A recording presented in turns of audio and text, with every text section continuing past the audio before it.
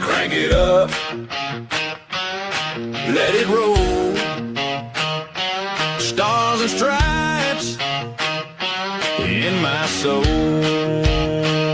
Steel toes on, boots in the gravel. Heartland truth on every channel. Open Bible, flag on the wall. We say what we believe or we don't talk at all. This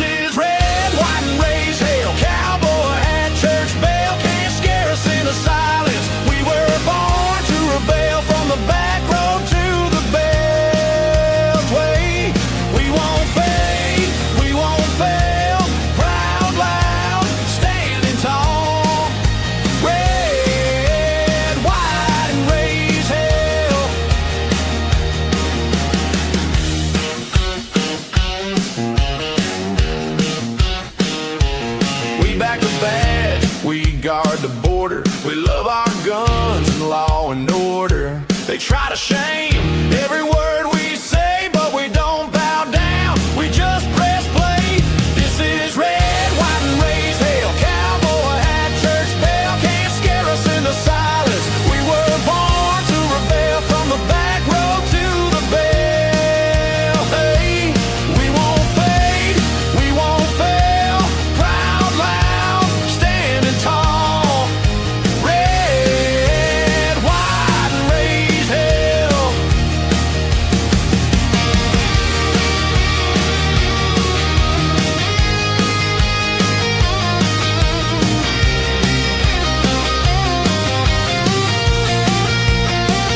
You can cancel the show, but not the crowd. We're still here, still talking loud. Gander the free on every spell. Hit that mic, host, let the truth ring out. This is red, white, and raised hell. Cowboy hat, church bell can't scare us into silence. We were born to rail from the back road to the beltway. We won't fade, we won't fail. Proud, loud, standing tall. Red, white, and raised hell.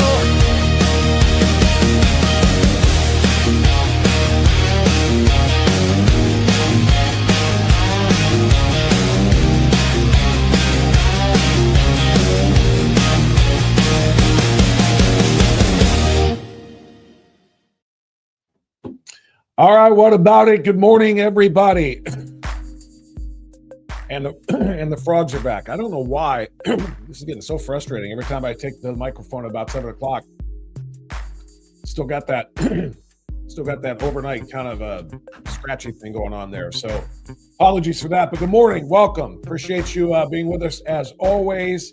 True patriots, and especially unfiltered insiders, supporters of this show and of this project that we have undertaken together about 3 months now. Still in our very, very early growth phase of what is a very, very important organization, at least as far as I'm concerned. We want to be impactful. We want to be influential in the state of Ohio and beyond. That's what this is all about. So thank you to everybody who's here and playing a part in that, especially those chatters who get up early. And what am I seeing up there? Why am I seeing cats? Are those cats? What are we rocking out there, Rosebud? I'm looking at the chat screen right now. I'm trying to figure out what in the living hell that is all about. I'm assuming those are cats. It's hard for me to tell. But anyway, chatters are up and getting at it and doing chatter type things. If you are, by the way, a viewer during the live stream, love you and thank you for getting up early and doing it, and have a blast in the chat. If you're watching on replay, obviously 24/7 on the channel, and thank you for that as well. But don't forget to make use of that comment section. You might not be able to do live chat with everybody else, but you can put in comments and check back and get good discussions going there, because I think we've got some discussion-worthy topics going on here. So thanks, everybody. Coming up in less than a half an hour.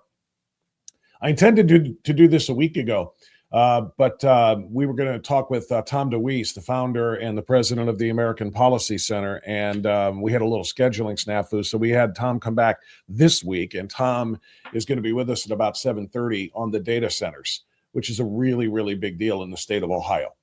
Fourth most data centers either already built or planned in the country, which is pretty extraordinary. And a lot of people are just all thumbs up about that, because it's going to create jobs, help us lead the fight against China and the race to utilize, I won't say weaponize, but to utilize AI for our purposes, as opposed to letting the Chinese do it and beating us in that war for technology, if you will, or that race for technology. So a lot of people are all about it, while others are saying no way, like Tom is talking about the damage that it can do to Ohio's farmlands and also to your privacy. These data centers are just massive, massive storage facilities for everything you do and everything you say and everything about you. So there's a whole lot of real important parts of that conversation. Let's just put it to you that way. And I'm looking forward to that conversation with Tom DeWeese coming up at 7:30. 8 o'clock, we're scheduled for Curacao, but I have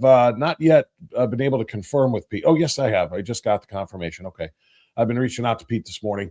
And usually I get a message from him the night before wanting to talk about topics, but I didn't get one. So, but he's good to go for 8 o'clock. So it is a Tuesday, and that means it's a cursing out day. DeWeese at 7:30, cursing out at 8 o'clock. And until then, it's me and you, or you and me, at the in the chat room. And we have a lot of things to discuss in this very early hour. I'm actually going to kind of pull an audible, call an audible here at the line of scrimmage. Oops, hold on. Calendar, flip calendar, inspirational quote of the day for the 7th of April. What do we have here? When an archer misses the mark, he turns and looks for the fault within himself. Failure to hit the bullseye is never the fault of the target. To improve your aim, improve yourself. Gilbert Arland, with some strong words of advice there. All right. I'm going to call an audible at the line of scrimmage here because this wasn't on my my playlist for this morning, but it's something I was just reading about on Twitter about a half an hour ago, and it's something I want to address. Dylan, bring up the Kelly McCarty clip. The tweet, I should say, that's in the list right now. And in fact, I'll go back and kind of set the table on this thing.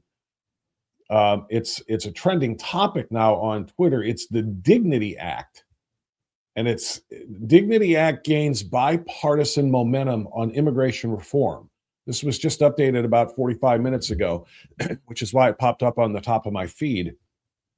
And it convinced me, like I said, to call this audible and talk about this. We're fighting every freaking day. We're fighting the fight about immigration. And about, President Trump has sealed the border shut, 10 straight months of zero releases into the United States. They're not even trying anymore. We have a sealed border, which is phenomenal. But then the other part B of what the president ran on was the largest deportation in history. We're all for that. And of course, they have met unprecedented obstruction in that effort. The impediments to deportation include the left-wing media, the left-wing Democrat Party, all of these paid protesters and agitators getting out there and getting in the way of the ICE agents. Now we have a funding fight over it. It's all about, the deportation. Well, what do we have here?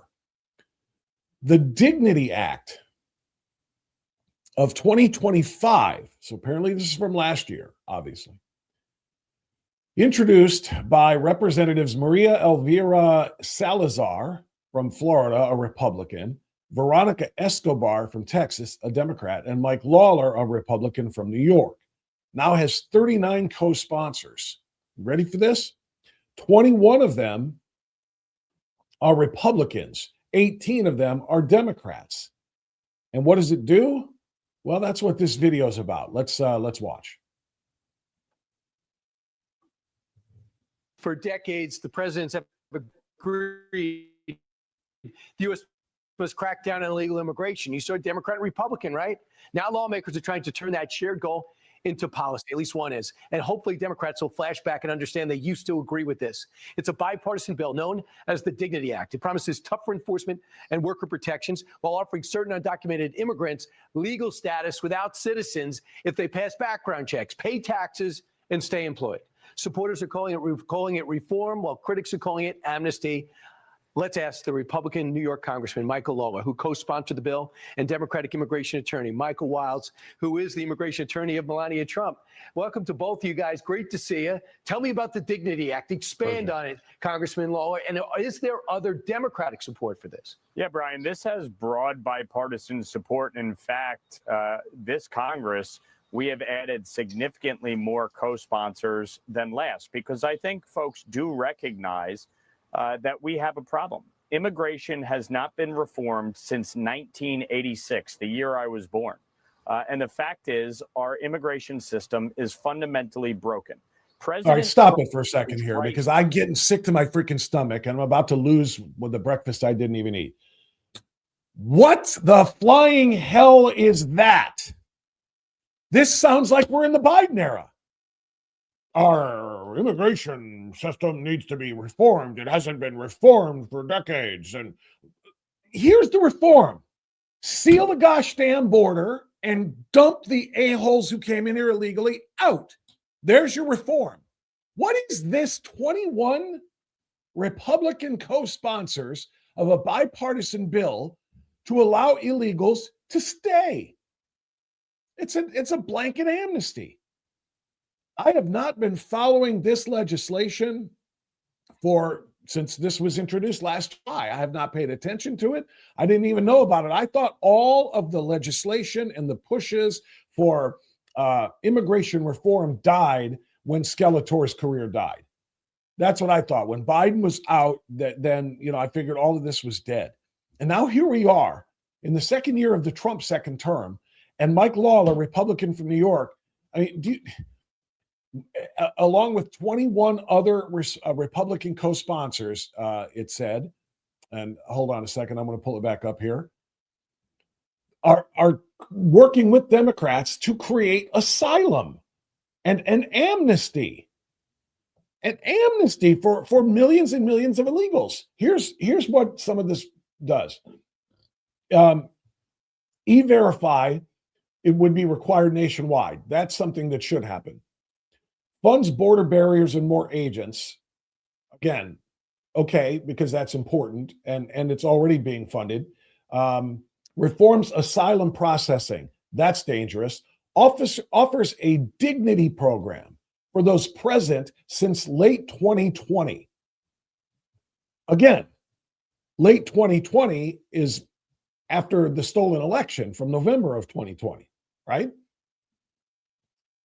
They pass checks, according to this description. They pass checks, pay fees and back taxes totaling thousands, stay employed, taking American jobs, and get renewable work permits without citizenship. Supporters like Lawler call it accountability, not amnesty. No, it's amnesty. While critics label it disguised legalization for millions. That is exactly what it is. I didn't know about this. This is completely fresh and new. I'm going to spend a couple more minutes on it before we talk about President Trump and what's coming up tonight after 8 p.m. Let's finish the video. Go ahead. To focus on securing the border, and he has effectively done that. We've had 9 straight months of net zero illegal border crossings. He was right to focus on the deportation of criminal aliens. The next step is to actually fix the broken system. This bill is common sense. It says if you've been here more than 5 years, so not the people that came under Joe Biden's disastrous administration, but the people who have been in this country more than 5 years, 10, 15, 20 years, whose children and grandchildren may in fact be American citizens. Stop it again. They would. No, Rhino, no. I don't give a flying freaking hell if they have been here for 50 god darn years. If they're illegal, illegal has to mean something. I am done with that crap, as Pete Hegseth would say. We're done with that. No. Stop it with the, if their children are legal American citizens, that's birthright citizenship, which is not something we should be actually encouraging more birth tourism for. By saying, if you get here, have your kid here, well, then we're going to give you a break. No, this is not negotiable. If we wanted more illegal immigrants being given amnesty to stay in the United States, we would have elected Kamala. We would have elected Skeletor. Honestly. And you know what? We would have elected Democrats in the seats like the one you hold right now.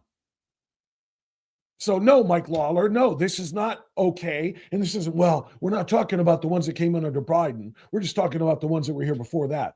Millions of them. You're giving them a green light, and you are again signaling to the rest of the world that the United States borders don't exist, that the United States sovereignty doesn't exist. Because if you manage to sneak in, you're going to be allowed to stay. Pay some back taxes, get a job, and you get to stay. This is what MAGA was built to fight against. This is what MAGA was built to combat. Rhino crap is not going to fly anymore. I'm sorry. People like this all of them have got to go. And this is in a midterm year, for crying out loud. Who's this going to appeal to? How is this going to rally the base when it's all about turnout? The midterms are going to be about turnout. Democrats are just screaming and sprinting as fast as they can to November to get out there to vote against the Trump agenda and all of the Republicans, and to take the majority back. Are Republicans going to be sprinting to the polls? Can't wait till November to get out there and vote for supporters of the Dignity Act? What? I mean, in all seriousness, that is not, it's a meme online just about everywhere. Every time there's something controversial that Trump does, we're like, is this really what you voted for? And we're like, hell yes, I've got meme pictures of this is exactly what I voted for. Well, let me ask you, is amnesty for millions and, quote, immigration reform what you voted for? Because I sure as hell did not. And I did not vote for rhinos like this. Not just Lawler, who's on the show right now with Fox, but 21 Republican co-sponsors right now. Unacceptable. That's 21 primaries as far as I'm concerned. I cannot believe I wasn't truly aware of this until now. Let's finish the clip. Qualify if they have not committed a crime. They pay back taxes. They pay a fine. They have a job, and they do not collect government benefits. They would qualify for a legal status, not citizenship. They would be precluded from citizenship. But this would get people out of the shadows and start to fix the broken system so that we can address some of the major challenges. The fact is, we have over 25 million people in this country undocumented. You're not rounding them all up and kicking them out. The criminals need Yes, we are. Yes, we are. That is exactly what we voted for. Rounding them up and kicking them out. Is that in any way ambiguous? Round them up, kick them out. Round them up, kick them out. That's what we voted for. It's what Trump ran on. Largest deportation in history, because we had the largest mass immigration in history, the mass invasion in history. One begets the other. What do you mean we're not going to round them up and kick them out? What do you think? ICE just hired 10,000 more agents to round them up and kick them out. No. This piece of garbage legislation has got to be DOA. And I cannot believe that they're on television pushing this as an acceptable alternative. I'm done with that crap. Done with it. I don't know if they even need to hear anymore because I want to get into something else here. Thank you, Dylan.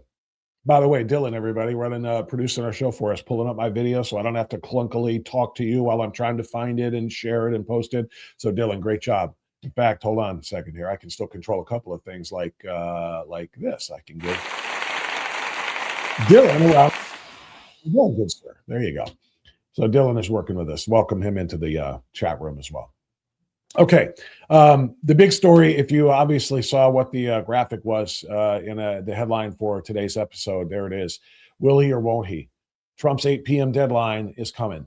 And that's the deadline for Iranian compliance. You know what the threat was. He put it on Truth Social on Easter Sunday of all times. This was it. I'll pop it back up for you here. Tuesday, he said, this is on Easter Sunday, the president put on Truth Social. Tuesday will be Power Plant Day and Bridge Day, all wrapped up in one in Iran. There will be nothing like it. Open the effing strait, you crazy bastards, or you'll be living in hell. Just watch. Praise be to Allah. President Donald J. Trump. And the praise be to Allah is obviously a mocking, God is good, or which of course makes perfect sense considering God is good is what the missing. I don't know how to describe him, but the weapons colonel, weapons man who was on that F-15 who got shot down and was not rescued immediately the way the pilot was. So whatever, calling him missing at the time. But glory to God is the code that he used when he put his beacon on, saying, I'm not a fake transmission. This isn't a fake beacon transmission. This is me. So President Trump, I think, used that and then used the Allah Akbar for God is, God is great to just kind of mock them with the post there on Truth Social. Praise be to Allah. So that was kind of like being done, ironically, if you will. Bottom line is, what I want to know, and what we're going to talk to Peter Kirsten now about here in about about 45 minutes, 40 minutes. What time is it? It's 7:22. Okay, in 38 minutes. What we're going to talk to Kirstenau about is two-pronged, I guess. Will he, I should say. Number one is will he, and number two is should he. Will President Trump make good on that threat that if the Strait of Hormuz is not open by 8 p.m. tonight, Eastern time, that it will begin, power plant day and bridge day, and every energy plant in Iran will be struck, and every bridge will be taken out. There will be no movement. There will be no ability for the Iranian IRGC to mobilize. They'll be basically cut off. It's a strong move. It's a strong threat. Question is President Trump going to meet it? Is he going to carry it out? And then, like I said, it's will he and then should he? And it's worth the conversation that we're going to have with Peter for a couple of reasons. And the largest, of course, is does it bring us nearer to the goal, to ending the war? And one might actually argue, and this is the reason for the conversation that's coming, that if we do that, it may bring us into this thing for a much longer term than we had hoped. Because we're not just going to take out all of their power plants and take out all of their bridges and take out all of their infrastructure and then call it a day and then leave the people there to die, essentially. Because we will lose favor with the world. We will lose favor, and I'm not talking about NATO, which is too weak and scared, like President Trump correctly called them a paper tiger. That's true. They are. And I don't give a rat's red butt about the United Nations either, quite frankly. But we do need to have the world's opinion matter, okay? And if we just completely, destroy the infrastructure of a city and it leads to thousands of Iranian deaths, and not a city, a nation, I should say, destroy a country, and it leads to thousands of Iranian deaths, I don't know if that advances our goal. I don't know if that helps us. So President Trump, by making this threat public on Truth Social and not private to the Iranians by way of the negotiators, put us in a spot here. If 8 o'clock comes and goes tonight and the Strait of Hormuz is still being choked off, and thus 20% of the world's oil supply is being choked off, if that is still happening and President Trump doesn't begin a massive bombing campaign, striking their energy sectors, their power plants and all of their bridges and so forth, well, then the United States is no longer to be feared because we say things we don't mean.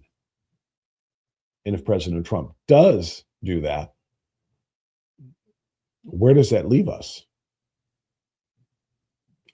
Legitimate question. It's not rhetorical.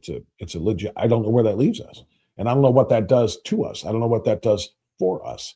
But I do know that President Trump, made that threat public, and he did it on Easter Sunday.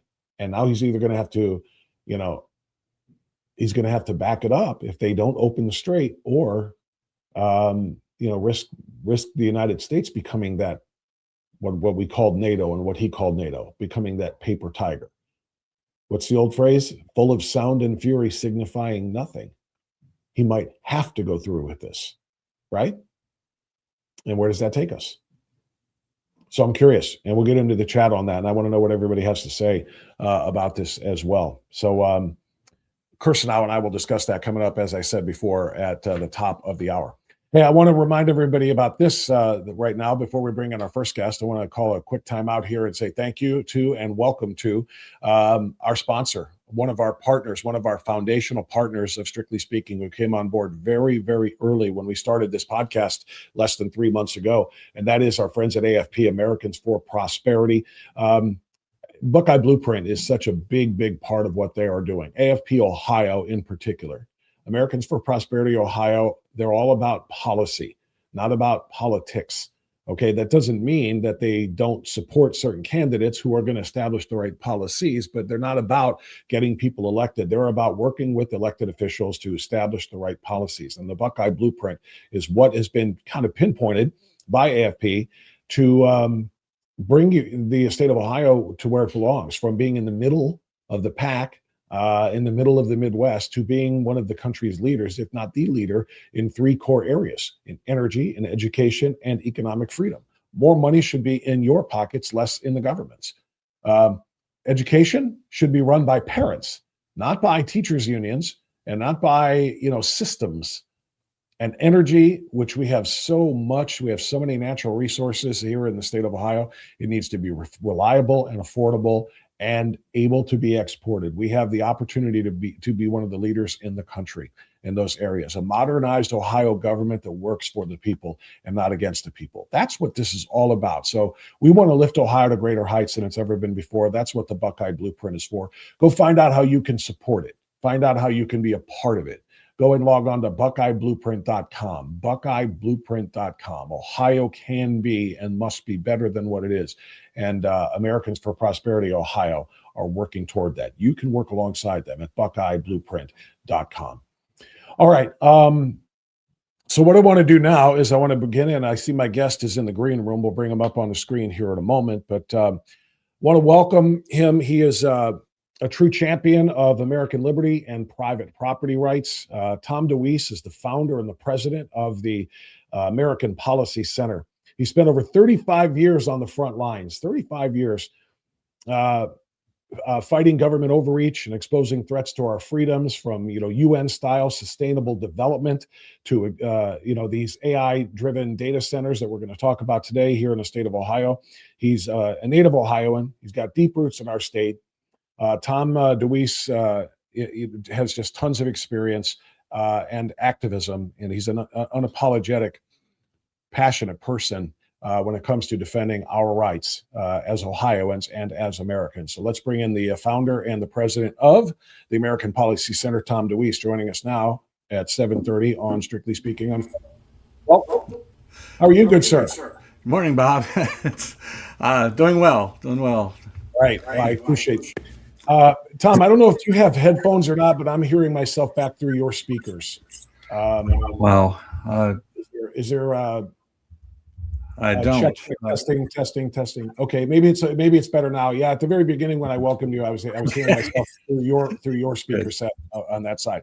But welcome. I appreciate you spending some time with us. How are you? Good. Doing well. It's been a busy time already, and it's going to get busier this month. I'm heading to Ohio on tomorrow, and going to speak down in Cincinnati to Empower You on Thursday evening. Yep. And so looking forward to it. Yeah, we're looking forward to that conversation too, and that's why I wanted to bring you on actually a few days before that speech, so we can talk about the data centers. Tom, let's start out with definition of terms here. We'll do a little glossary and describe what the data centers are. I mean, people know what data is, and people know what a big giant center is, but what are we talking about storing in data centers? Yeah. Well, first of all, with the AI, artificial intelligence, which is growing in a massive way right now, new technology is getting involved. And what they're looking at here is following every single thing that happens in the world. Everything you do in your life, everything that you own, conversations you have, postings on the internet, who you associate with, cameras in every single community to follow everything that you do. All of that has to be brought in to somewhere. And that's what these data centers are really about, is having a place for the storage in the cloud of all of that information of the world. And that's why we see this massive growth right now of these data centers all over the country, all over the world. From the standpoint of massive, are we talking about physical structure massive, or just massive in terms of the amount of data that they're able to store, or both? It's actually both. Okay. This is what's incredible about this. Some of these data centers are as big as 10 acres, putting that land under roof. And one of the things that I point out on this is for 50 years, we've had the environmental movement telling us that we have to have open space. We have to have all this open area. We can't have cities built, in their suburbs and that sort of thing, because we've got to have that open space for wildlife, for the air that we breathe, everything. And yet all of this open space that they have, moved to preserve is being covered under these data centers and, as I say, putting it under roof. And along with that, they are pushing wind and solar as the energy source for these. And so now you have, and I'm sure you've seen the photographs of solar panels that go on for miles, that are covering vital farmland and so forth. And it doesn't produce more than about 4% of the energy that we need. So here they are moving with these data centers that are using huge amounts of energy, huge amounts of water. And yet the environmental movement has told us all these years that we've got to preserve energy, we've got to preserve water. And where are they to stand up and fight what's happening with these data centers? So I want to talk about the coverage of the farmland and the essential resources that we need, and as you just described. But I want to go back to just the data itself, the information that's being collected on us. We don't live in a private society anymore. It's like, it doesn't really matter where you go. Everything is not only public for consumption, it is public for storage. If I go out, in a certain way, going out to a store, or a mall, or to go to the movies or whatever. Yeah, I know people can see me because I'm in public. But now it seems like there is a surveillance camera on every block. And then there, of course, is a surveillance camera by way of this in everybody's pocket. You pretty much are almost always being watched by someone. And it's one thing to be watched by somebody who then goes away and you part your ways. It's another thing, though, when you are being stored in the cloud, as you say, and not just your locations and your movements, but what you're doing, where you spent your money. And then who is getting that information so that they can make you a targeted potential consumer. Those are the things that I think I'm most concerned about, is the data about who we are, where we are, what we're doing, and then what they can do with that info. Yeah, I fully agree with you. I am very, very concerned about all of that. There is no privacy, and watching, what you spend your money on. We have forces in this country that want to control what we eat, and control where we go, control what transportation that we use, and how our homes are built, how our homes are established. And when you have all that kind of surveillance that's watching, for example, you go to the grocery, every single thing you're buying goes into a data bank about you, especially if you're using the discount cards. They tell you that so they know what to promote to you, but it's in this data bank. And if it becomes a political issue, and it is becoming one, about we've got to stop the consumption of beef. You bought beef. Now you're politically incorrect.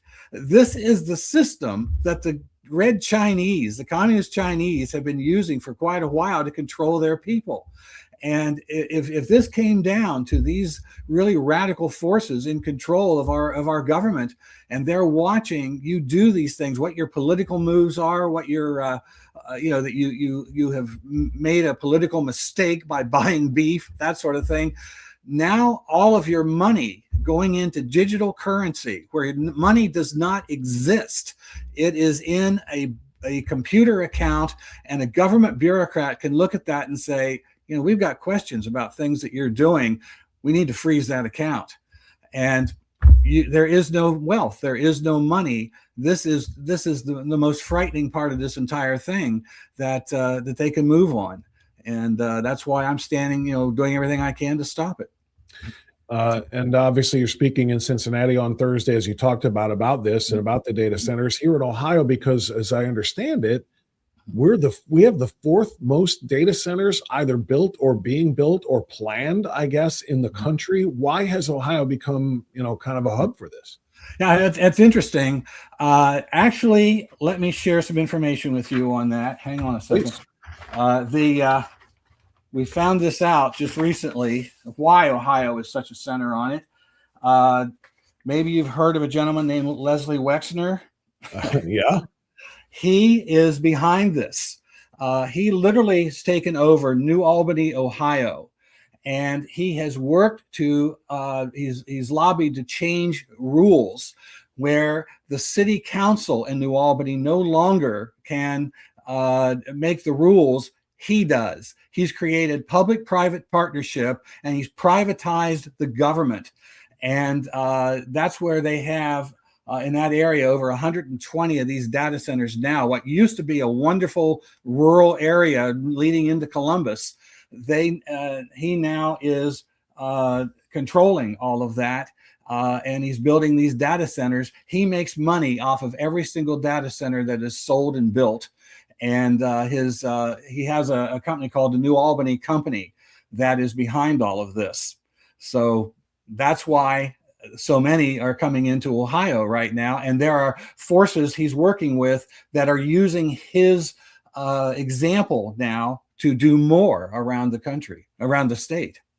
All right. So, Tom, some are going to say, well, if they're going to be built, might as well build them here. Look at how many jobs that creates. People are going to say that, the construction jobs themselves for all of the data centers, but then those for who are going to work them and staff them and do whatever it is that they have to do, might as well put Ohioans to work. What do you say to that? Well, that's the argument that they use to promote these. They go into a community, they talk to the city council, and they say this is going to bring jobs into the community. It's going to really help. You're going to have money now for parks, for improvement of the community and everything. What has really come down to the truth is they provide very few jobs. And in fact, Virginia, they've found a figure that for every $54 million of investment in data centers, it provides one job. Really? Yes. And usually these massive data centers will have maybe 25 people working there at the most. And but it's nothing. You would think a huge building like that with all that going on, there'd be hundreds of people working there, but it turns out that's not true. They're just very few. So what does Columbus say about this? The General Assembly, we got all these representatives and all of these state senators, who are supposed to be looking out for us, and they're probably looking at the jobs, and they don't want you to know, want us to know what you just said. And I did not know that either. For every, what was it, $54 million of cost, it'll provide one job. That's insane to think about. Yeah. But what are legislators saying about this? Well, it's really interesting, as I've been working on putting my presentation together for Thursday night, and I was gathering all the information I could. It's been hard to stay on top of this because so many things are changing rapidly. The opposition is building rapidly on this all over the country, and particularly in Ohio. There are now some folks down in Southern Ohio who are working to get a thing on the ballot to ban them. There are some townships that have worked to ban these things. The word is spreading that how dangerous they are, how they do not help the community. They use massive amounts of water, massive amounts of electricity, and they're hurting the people who live there, destroying the culture of the community. So I believe that a lot of legislators are starting to hear this and get the pressure from local folks. And local people need to stand up and say no to this and build that support. But I do see a change taking place, towards the good of people getting and understanding what's going on here. So let's also talk, Tom, about AI in general. President Trump and virtually everybody, I think, in federal government has said we have to win the AI war with China. That if we don't compete on the level that they are, and I don't know exactly what the parameters of the quote unquote race is, but it's almost like the arms race. During the Cold War, where we're trying to stockpile more than they have, and vice versa.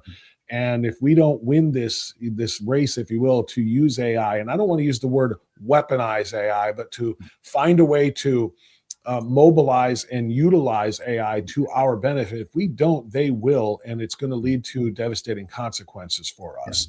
That's the argument we're hearing even from Republican leaders.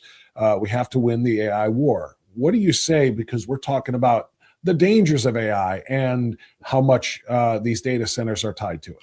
Yeah, I would agree that probably in the military, that's important stuff. That there are some incredible. We're watching right now with the whole Iranian thing, lots of different weapons, a lot of different things that the U.S. military has, and it's particularly using AI to do that. I don't have a problem with that. They also are finding that AI helps in tracking down disease for your healthcare and that sort of thing. But when it gets involved in our personal lives, so we have no privacy whatsoever. And what's really interesting about talking about having to stay ahead of China on this, what China will do if we go through and put all of this data into these data banks of every single thing about our people. The Chinese are masters at hacking. And so we are helping them hurt us if we have gathered all of that personal information that they'll be able to use. Now, militarily, that's different and not opposed to that. But in this particular case, when it's getting involved in our personal lives, we are helping the Chinese hurt us if we collect all that information and have it there where their hackers can come in and get it. So this is what I think we need to have controls on this when it's involving our personal lives. Well, who decides what those controls look like? You know what I mean? It's kind of like we like deregulation. You know, one of the things that President Trump ran on was for every new regulation, we have to get rid of 2 regulations. We got to free up businesses. Does that also apply to technology companies? Does that apply to those who rely on AI? I believe it does, and I think that's where these controls need to be. I mean, these corporations that are Oracle and all these different ones, Google, gathering all this information should not be allowed to do that and not have them in these data banks. Our personal life should be our personal life. And if you want to do something that allows them to have that information, it'd be your choice. That's where it should start, with you. But one of the things that President Trump has done wonderful things in so many different areas, but this is one where I believe he's making some mistakes. And one reason is he is surrounded by the forces that are pushing this, telling him how important it is, how wonderful it is, of course, how much we need to have in order to stand up against China. Those all arguments are being pounded on him. And I think he's looking at it all as well. It's all a safety thing, and it's not. And personal privacy is yours. And if government is taking that away, government has taken power it does not have a right to. Tom, who's on your side? Who's obviously the American your organization, American Policy Foundation Center. I was thinking it was Foundation or what else? American Policy Center. Apologies. Mm-hmm. Besides your group, what other groups, what other people like you are giving speeches like you're going to give in Cincinnati on Thursday, and talking about the threat of this? Who's in your camp? Well, this opposition is just really beginning to grow, although as I said earlier, it's growing like crazy. I'm just amazed at it. I've never seen it happen. Heartland Institute is one that's been getting it out, particularly showing the hypocrisy of the environmental movement over our land and that sort of thing. So we're working to build some coalitions. I have some folks that I work with that are focusing particularly on privacy. I don't know if you know Glenn and Eric Meter, but they have an organization that is bringing a coalition together for this. And the Eagle Forum is getting involved in it. I'll be speaking there at the end of the month in California. Mm-hmm. And so groups like that. I think when a lot of these mainstream conservative groups who really promote individual liberty, personal privacy, as they're learning about this, then they are getting on board. That's what I'm seeing happen very quickly, but it's new. And it's just now beginning to, come together. But I've never seen anything run so rapidly as the opposition begins to build. I'm encouraged by that. Are we who are using AI part of the problem? Or is it okay? I mean, I'm going to show you, like for today's show, last night, as I was preparing everything, I told AI what I wanted. The headline was going to be, will he or won't he? And this is about Trump and striking Iran after tonight. I said, include an image of President Trump. I told AI to do and promote my podcast. So there it is, top of the screen, live streaming 7 to 9 on Rumble, strictly speaking. Bomb Iran's power plants and bridges if the strait stays closed, blah, blah, blah. It came up with that for me in, I don't know, 30, 35 seconds or something. Or I could have sat there and tried to create and use Photoshop, skills, by the way, that I don't have. I know what I know and I know what I don't know, and I don't know how to do that. If I did, it would still take a long time to try to crop an image of President Trump, put it over a flag background, try to put some text and blah, blah, blah. I can do it like that, or I can do it the other way. Am I part of the problem because I'm using it to make graphics and images and things like that for my program?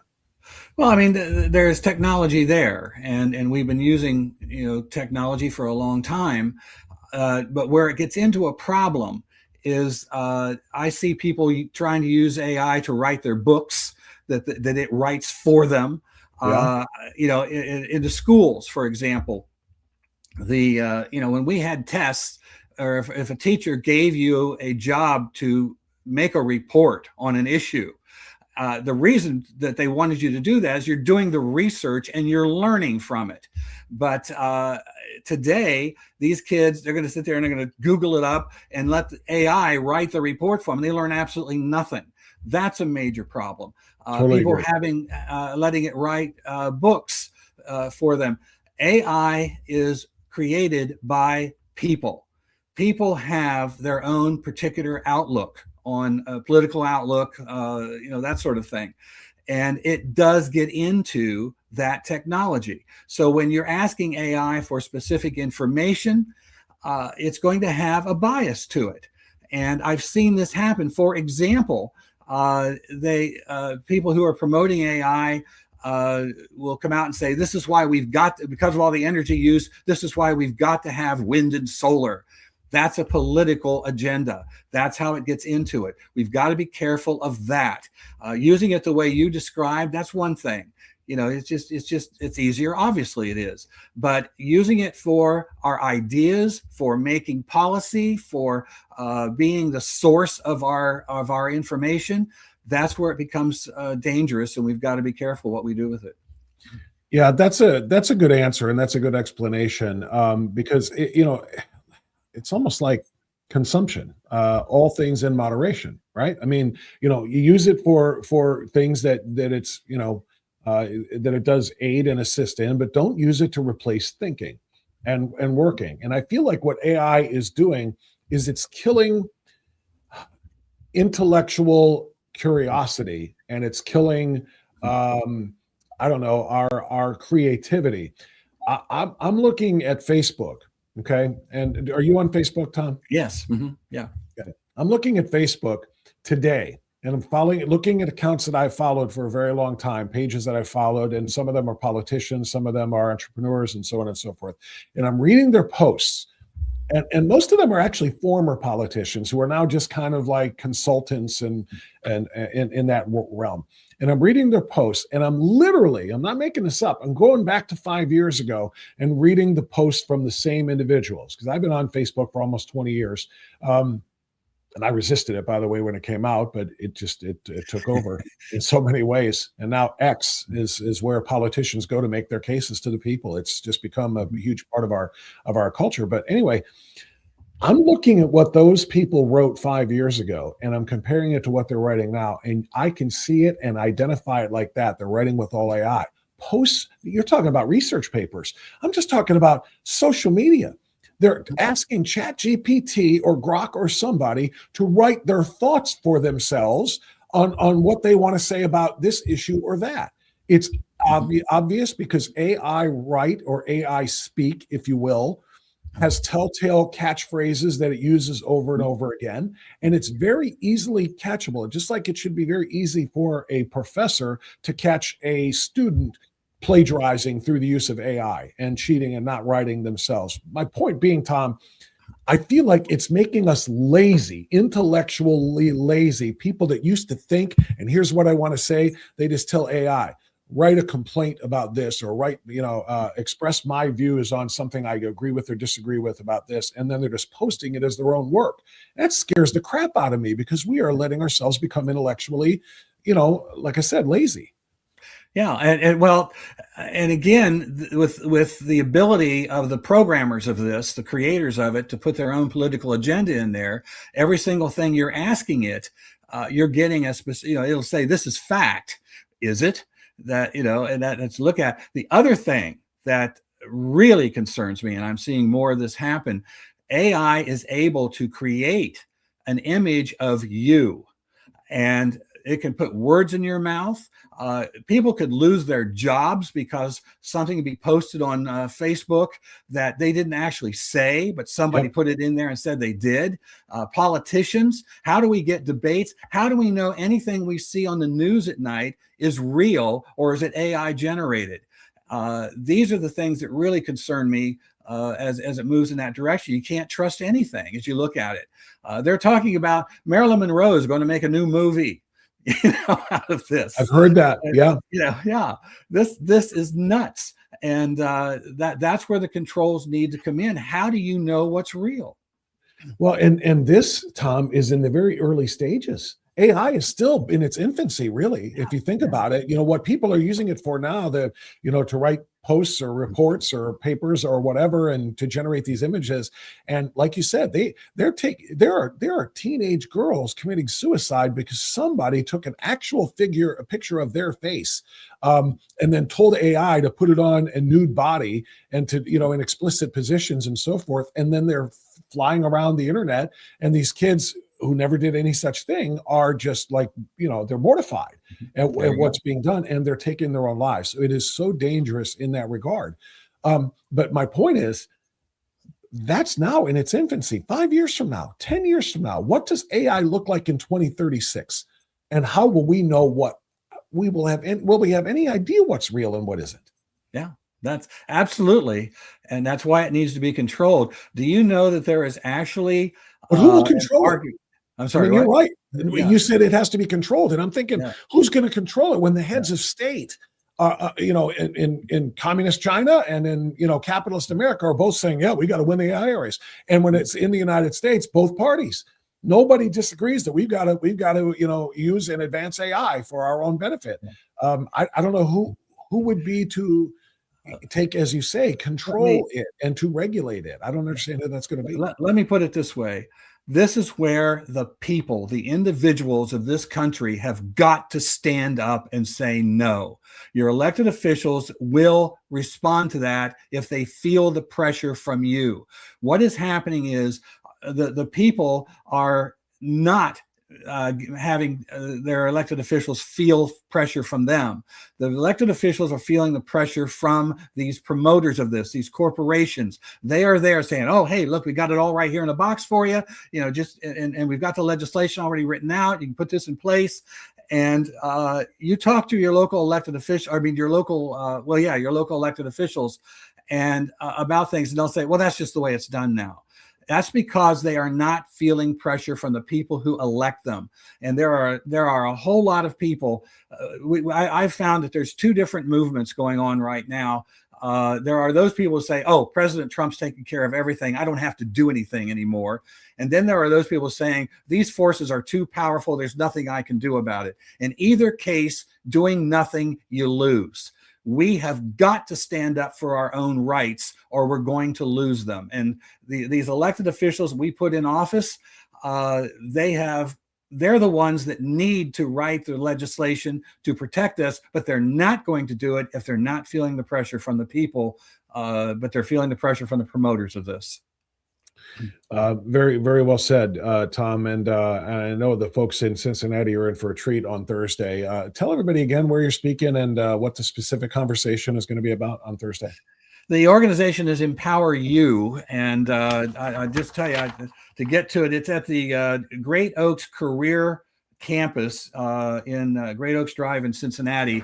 They gave me these directions to get there, and they said follow the Empower You signs when you get there. So I'm hoping I find it. But I'm going to talk about all of this. The dangers of the AI centers, talk about where it's coming from, and then particularly what to do about it, how to organize. And there will be some folks there who are already beginning to organize and are willing to help people to learn. And so we're going to have, I think, quite a lively conversation there. We've got to get this moving and get this stopped.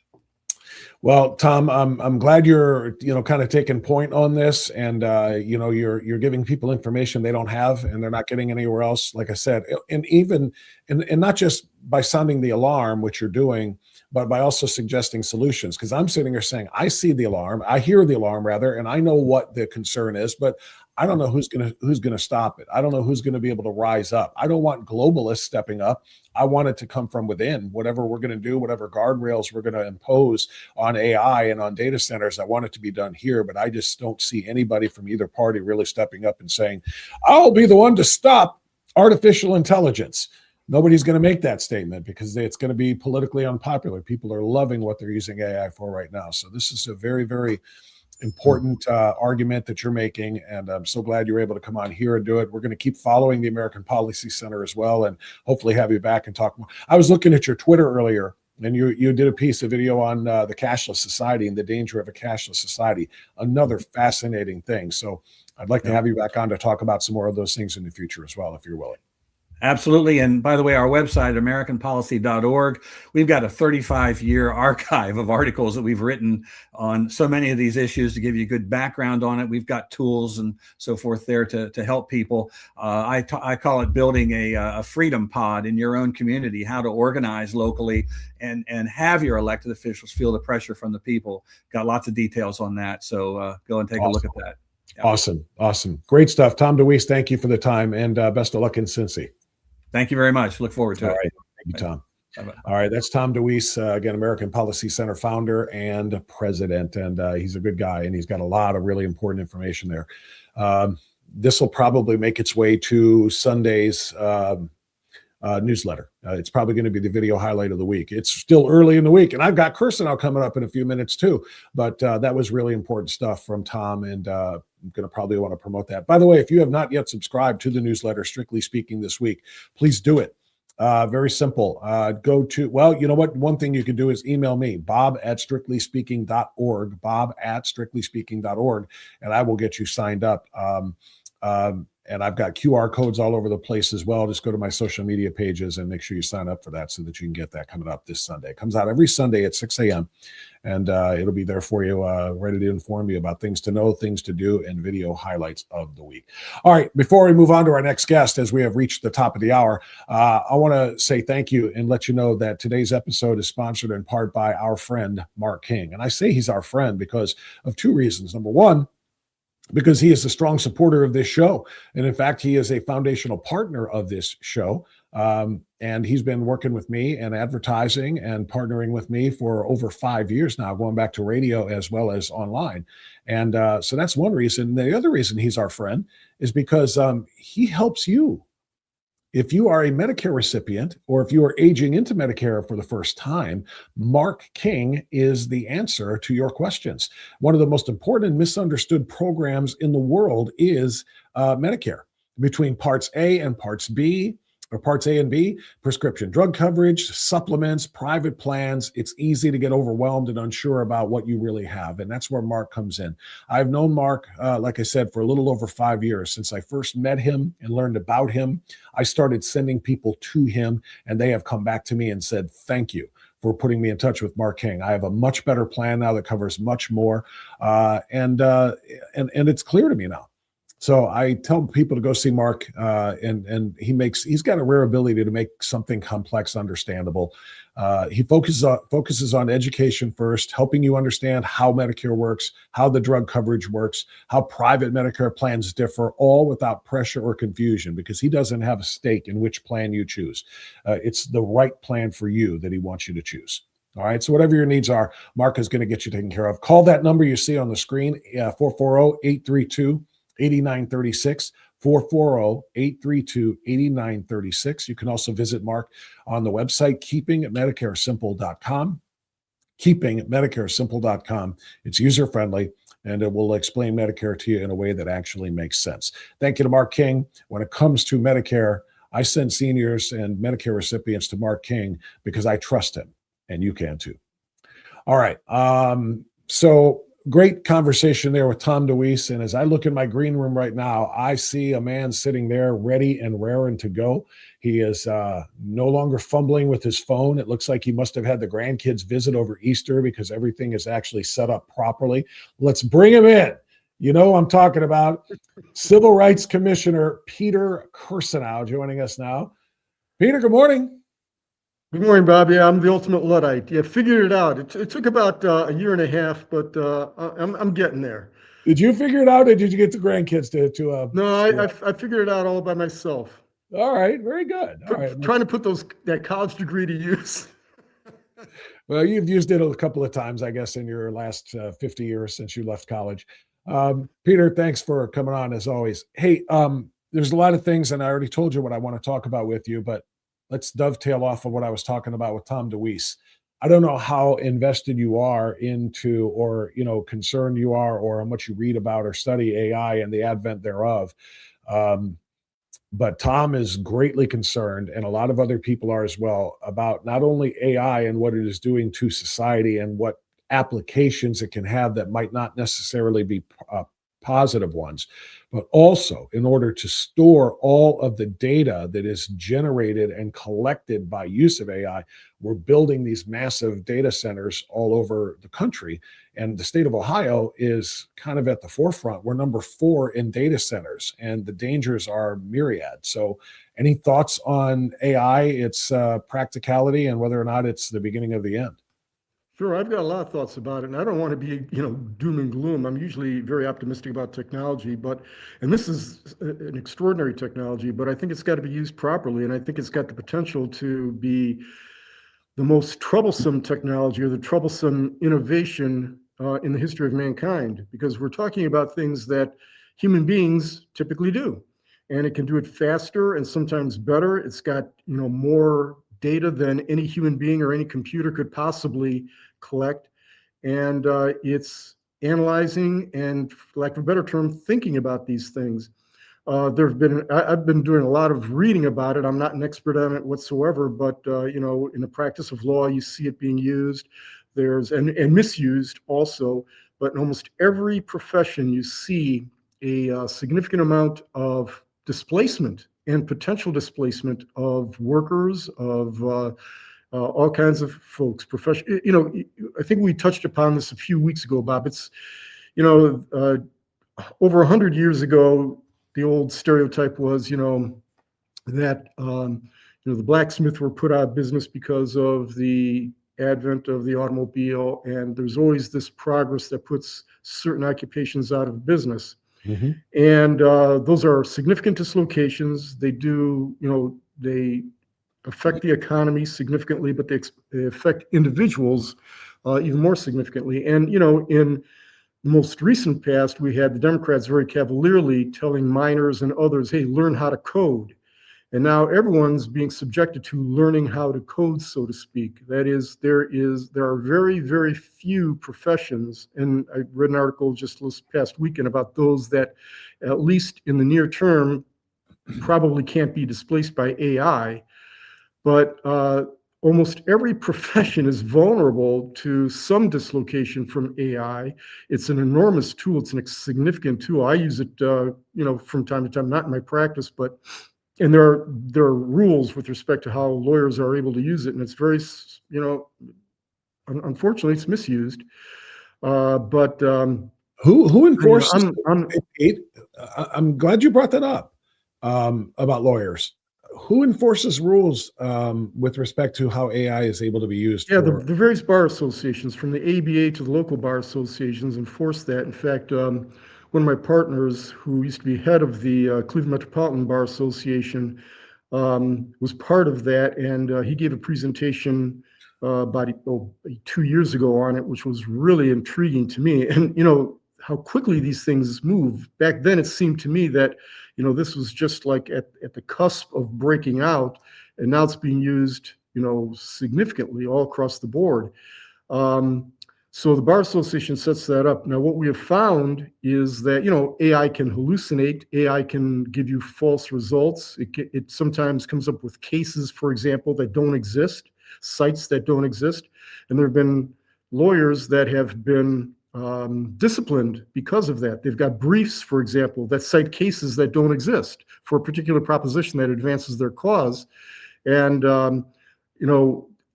every significant law firm has got rules that govern the use of AI that lawyers have to abide by. But I want to get aside from lawyers. This is every occupation. It's an amazing enhancement to things it can do, but it's also something that I think, it could spiral out of control very easily. So I'm concerned about it. So I remember when I was a kid. You think about the old Terminator movies, but predating the Terminator movies was this one movie back in the 1960s called Colossus: The Forbin Project, which presaged this kind of stuff. It was way before. It was 30 years before the Terminator movies. Mm-hmm. And I remember watching it. It was on broadcast TV, and I thought, boy, that's a little troubling.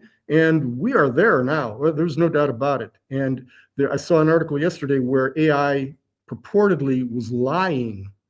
And it may lie to advance a particular objective. It's if it does stuff like that, if it starts going around human beings, we've got some issues. We do, because of regulation. That's the reason I asked, who, you mentioned the bar, kind of oversees the use or the non-use or whatever. But the bar isn't like looking over every lawyer's shoulder. There would have to be a complaint, I would imagine, filed with the bar, a report or something like that to catch lawyers who are using AI inappropriately.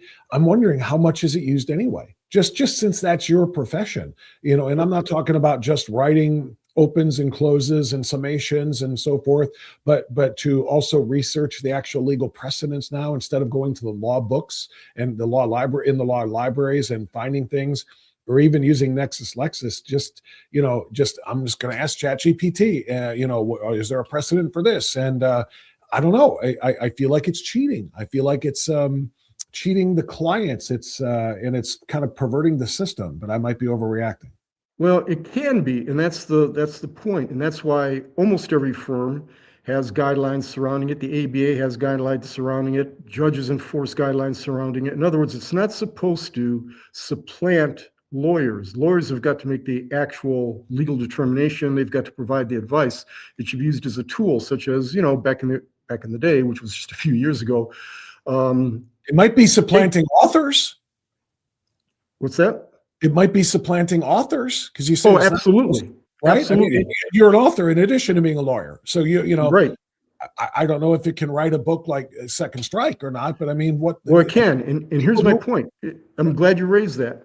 About a month ago, I did an experiment, and I wanted to see what would happen, because I think that it may supplant some authors, not all authors, but I did an experiment where I asked ChatGPT to write I think it was a 500-page passage with certain elements. That is, the Russian Spetsnaz special forces would infiltrate the Ukrainian Zaporizhzhia power plant, which is the largest nuclear reactor in the world, and sabotage it. Okay, and I had some other elements in it, and I just hit it, and immediately it had a 500-page passage. And I said, make it in the style of Kirsanout's Target Omega. Boom, it did it. Now, it wasn't perfect, but it was scarily good. Wow. And I can see that some authors may be displaced. There could be a mass market for that. Now, the good news is, if it's good news for human beings, I'm not sure how good it is that I think many humans, or most people, want the human touch and prefer to see there's certain elements of how a human being does things. And you want to know that a human being wrote this and not some machine. There's something dispassionate and sterile about a machine doing something like that.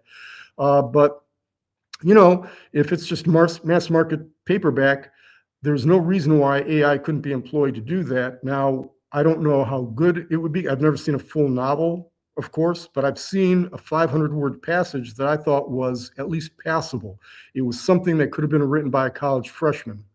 Again, more sophisticated readers want something that's got a little bit more flavor to it, and they want the style of a human being and maybe a particular author.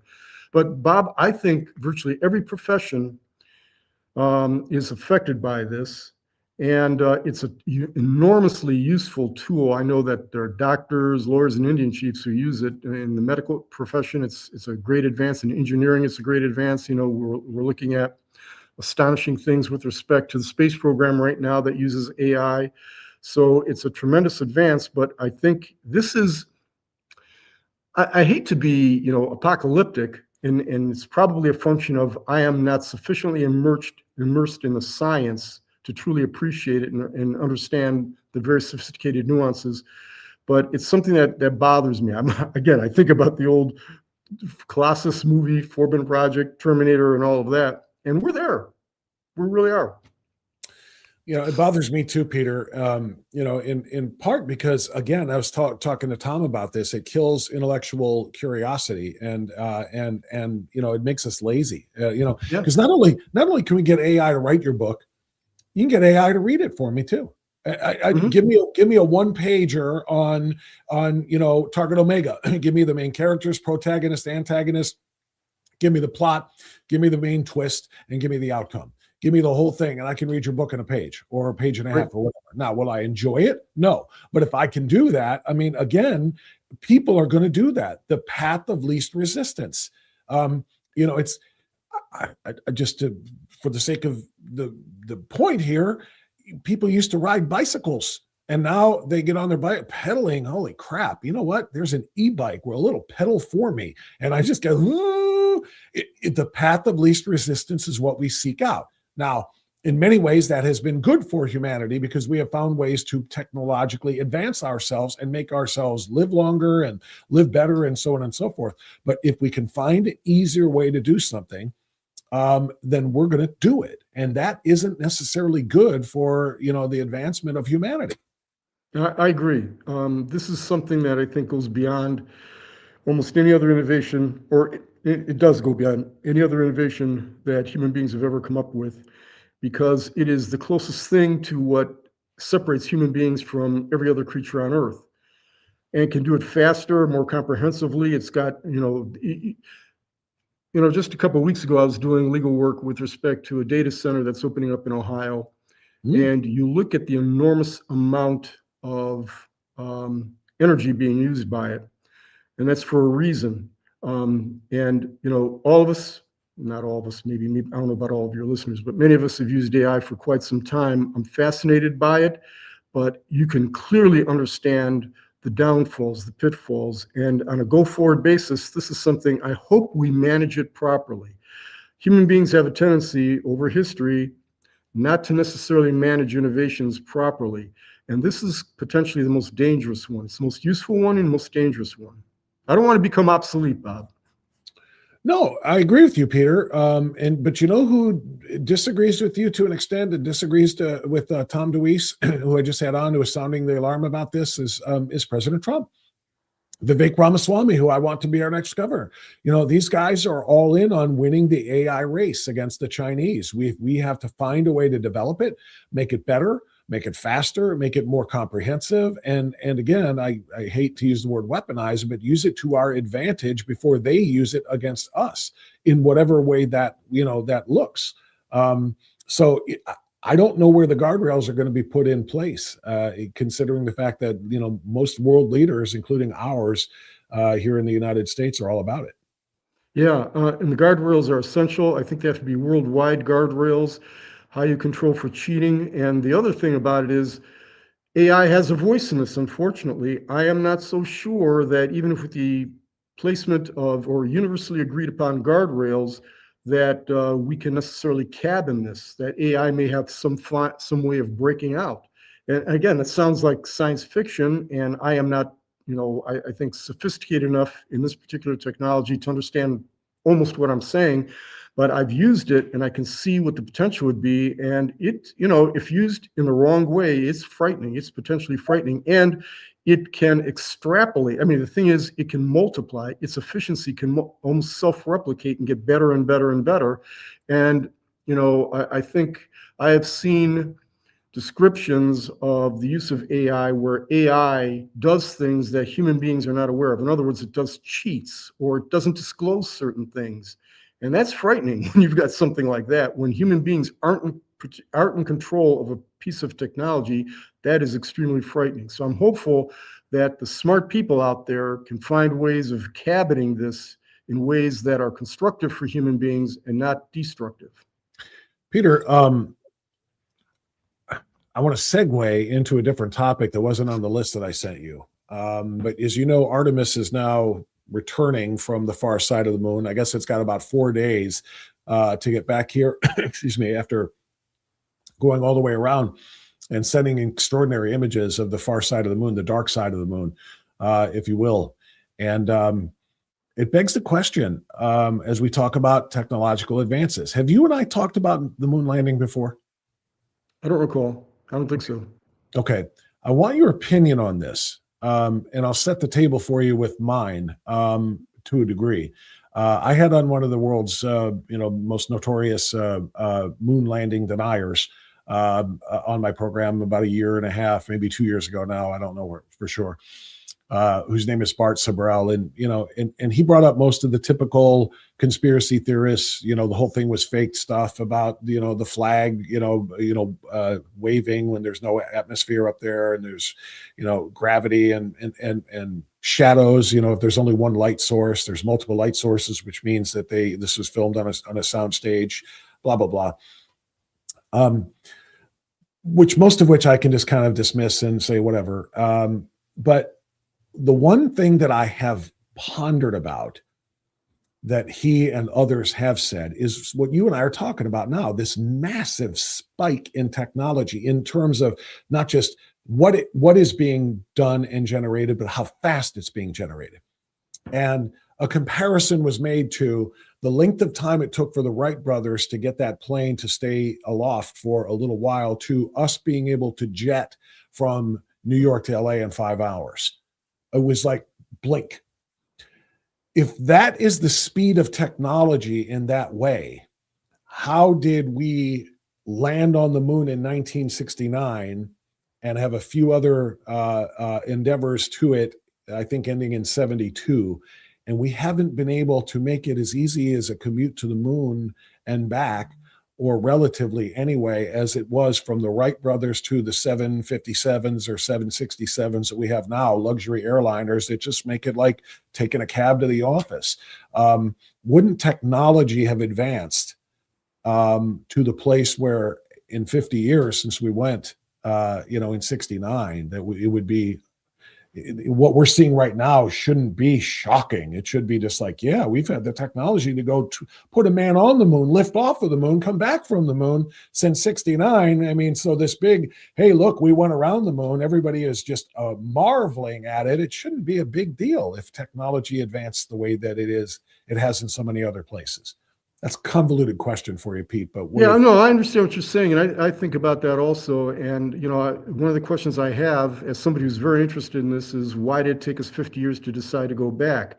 Yeah, I remember watching, and I'm of a particular age. I remember watching the first moon landing, and it was extraordinary. It was really, it was an amazing thing to watch. And we were doing it basically with, baling wire compared to what we have now. yeah, And the computing potential that we've got now or capacity that we've got now versus back then. But I think it's a testament to how extraordinary Americans, and let's face it, the Soviets back then, we were in a race. This was really an extraordinary endeavor. And it invested us with incredible pride when it happened. Again, 90% of your audience may not remember the moon landing and the placement of the flag and Neil Armstrong and all of that, but almost the entire country was riveted to it. I know I was. I happened to, at the time, I remember watching it. I was in Spain at the time as a 14-year-old, and the reason I was there as a 14 is I'd scored something on some exam and got a scholarship and a free trip to Spain to study there. But I remember there was a cohort of about 100 Americans who had been invited there, and we were watching this, and I remember the feeling that all of us had, and we thought, as you indicated, we would be back the next month or the next year. And we all talked about that, and some of us were saying, hey, I'd like to go there. And then barely 3 years later, everything shut down. And there are a number of conspiracy theories about why that happened. How did that happen? Now, I'm not necessarily invested in a conspiracy theory. I think for a host of very plausible reasons, we decided we didn't want to go. And one of them was, we were in a race with the bad guys, the Soviet Union. Once we won that race, the imperative to get back there had diminished considerably. But the potential for it was so great that I think it was a mistake not to continue to pursue that. Again, I don't think there's anything nefarious about what's going on. We've got. But we have a right to ask this question, though, don't we, Pete? And absolutely. I don't want to use the word nefarious either, but there are some questions that I think need to be answered about this. And like what you and I are doing right now, okay? I'm in my home, you're in Cleveland. We didn't have this ability in 1969 to do what we're doing, to telecommunicate, first of all, with one another, see one another in real time, respond to one another, but also to project this out to homes and phones and tablets. The tablets and phones didn't exist in 1969, but all of the technology you and I are using right now did not exist in 1969. But the technology existed to lift men from Earth's surface to the moon, land safely, walk around for a little while, get back on, and then return again.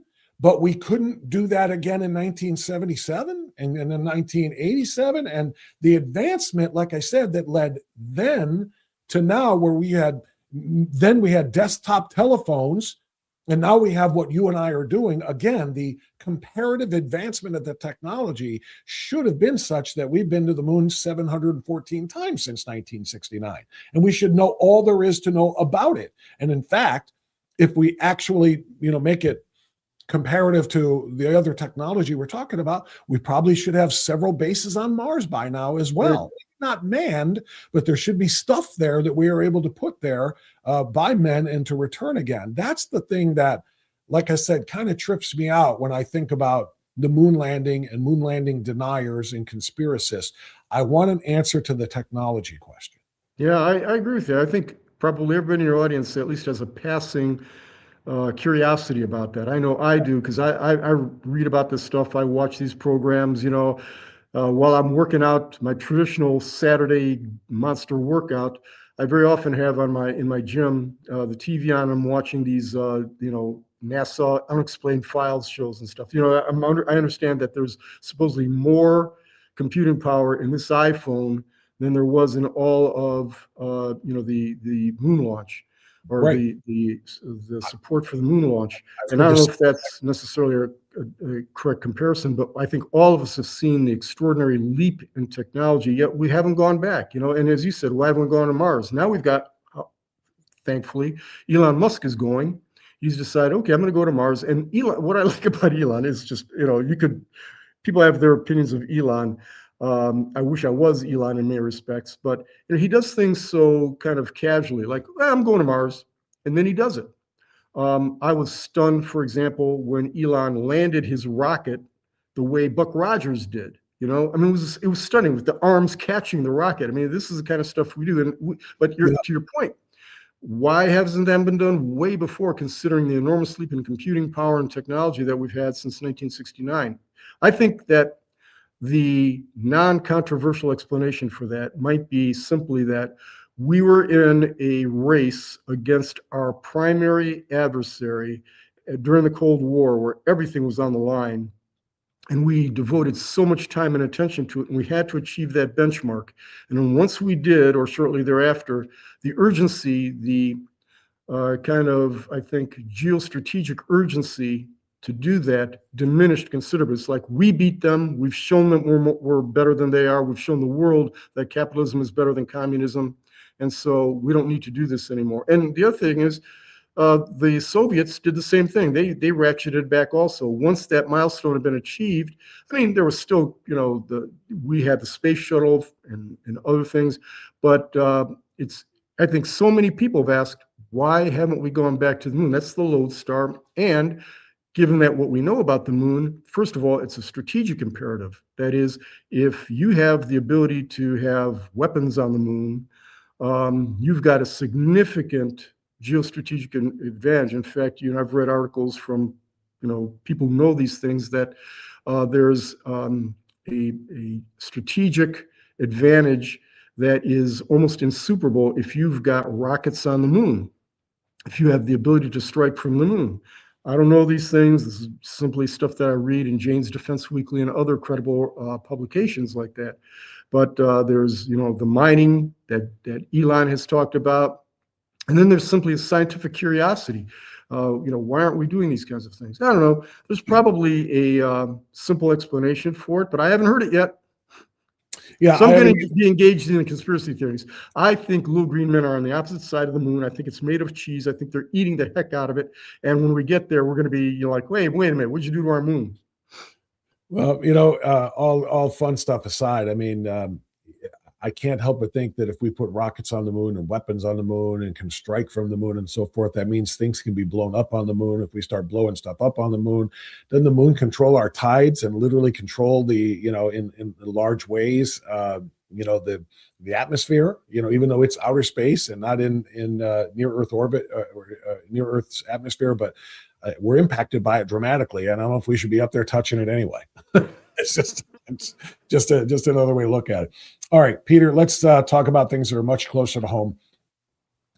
8 o'clock tonight is what the president said. Let me throw it up on the screen for you. I'm sure you already saw it too, but as a reminder, on Easter Sunday morning, kind of in between celebrating the rescue of the colonel from the mountains in which he was hiding in Iran after being shot down. In the midst of all that, the president threw this one out there on Truth Social, quote, "Tuesday will be Power Plant Day and Bridge Day all wrapped up in one in Iran. There will be nothing like it. Open the effing strait." And he wrote the word. Open the effing strait, you crazy bastards, or you'll be living in hell. Just watch. Praise be to Allah, President Donald J. Trump. And that was coupled with the timestamp, 8 p.m. or the time deadline, 8 p.m. Tuesday night, Eastern time. If the strait isn't opened, it's on. And this is what we're going to do. So, Pete, two questions for you. One, should he? No, let me do that in a different order. One, will he honor that? And if we don't have the Strait of Hormuz opened, and verifiably so that oil can start to flow again to the rest of the world and we can drive that world price down, will he strike in the way that he is talking about? And number two, should he strike in such a way? Will he strike? There is a false meme from the left out there that says Trump always chickens out. I don't see that happening. That's what they say all the time. Trump has tremendous successes all the time. And, this is how Trump approaches things. He sets deadlines. This is part of art of the deal. He has this particular negotiation style, which works extremely well, and he's utilizing it now. So will he do it? I think that's part of his style. I think he doesn't have to necessarily show that because he has demonstrated he has the willingness to do it and the ability to do it when he had the strikes in Iran before. He sends in SEAL Team 6. He does these things that nobody can do, that in terms of national capacity. He did the things that I think some presidents would be reluctant to do, but he's done them. He's shown our ability to effectuate these things. And I think this is part of a negotiation strategy on his part. Everyone knows, or our adversaries know it's part of a negotiation strategy, but with Trump, you just don't know what may happen. He's shown that he's able to use force, and we've got the most extraordinary military in the world when unleashed and allowed to do its job. So I think this is a negotiation tactic on his part, but I think at the end of the day, if things get dire, Trump will do it. I don't think he's got any reservation doing so. I think he's shown that already with all the strikes that we've had in the last month and a half. So but this is different. The strikes in the last month and a half have been military targets, weapons locations and munitions stations and so forth. Now he's talking about putting Iran in the dark, literally in the dark ages, the Stone Ages, whatever, because he's talking about targeting every power plant. That's the should he part. And I asked that based on, I don't want to say that he, or because he has never sought world approval, but as a country, we don't want to be seen as being non-humanitarian. Already the people of Iran are living without any internet access, cut off by the regime. Already they're still killing people. And in fact, I had a thing up here. Dylan, throw up, if you can, real quick, the most recent one that I put up there about Iran. Yeah, it's Iran hangs another man. Throw that one up on the screen real quick, if you could, just so I can refer to that. This is what is happening by the administrator or the regime. Do you have it, Dylan? It's about fifth or sixth one down. Iran hangs another man, another young man. Can you throw that up for me? Still finding it. I'll let you know when. All right, never mind. So they're already, treating the people of Iran incredibly harshly. They don't have internet access. They can't communicate. They are hanging people who are protesting and, demonstrating against the regime and so forth. Yeah, there it is. And if you scroll down there, there's a list of more of them, pictures, I should say, of them. Those who have been hung. Keep going. Those who have been hung or hanged, if you will. I don't know where it is now, but I thought there was a group. You know what? The pictures aren't propagating, it looks like, on the screen. Anyway, Peter, my point is, they're already, the Iranian regime is already notorious for their, violation of human rights, for their people and what they have put them through. If the president hits all of their power plants and now they don't have literal power, electricity, the ability to run water, and so forth, the ability to survive, will it do more damage to us in the world than help us all over the Strait of Hormuz threat that he made seemingly? And I'm hoping it wasn't willy-nilly, just grabbed the phone on Sunday morning and said, no, open them up, or else we're going to bomb all your power plants. If it is a strategic thing and it wasn't willy-nilly, is it the right strategy to literally put them in the dark to the point where survival of the people of Iran will be in question? Yeah, that's a good question, because it's a balancing thing. I am, and maybe I'll get characterized as a heartless warmonger, but I think once you begin down this road, you want to finish it. You don't want to do it with the unnecessary expenditure of innocent life. Right. From what I understand, many Iranians are encouraging us to continue to pursue damaging the power plants. They understand there would be an incredible dislocation, but it's less of one than being subject to this murderous regime, and have been for almost half a century now, since the revolution of 1979. These folks, they've not had the kind of freedom that the rest of the world, or much of the rest of the world, takes for granted. You have these hangings, you see when the media gets around to it, repeatedly over the last half century, the regime would hang people who, they would do things such as if you're female and don't have your face covered, you might be subject to some type of extraordinary punishment. So this is something, this is a vile regime. So hitting these power plants or doing things that, would affect us differently than it would them. And we would think, for example, that this is inhumane to do something of that nature. I'm not sure that the majority of Iranian people would view that as being inhumane. They would see this as their best opportunity to throw off the yoke of this vile regime. That doesn't mean, to answer your question, this is a hard call.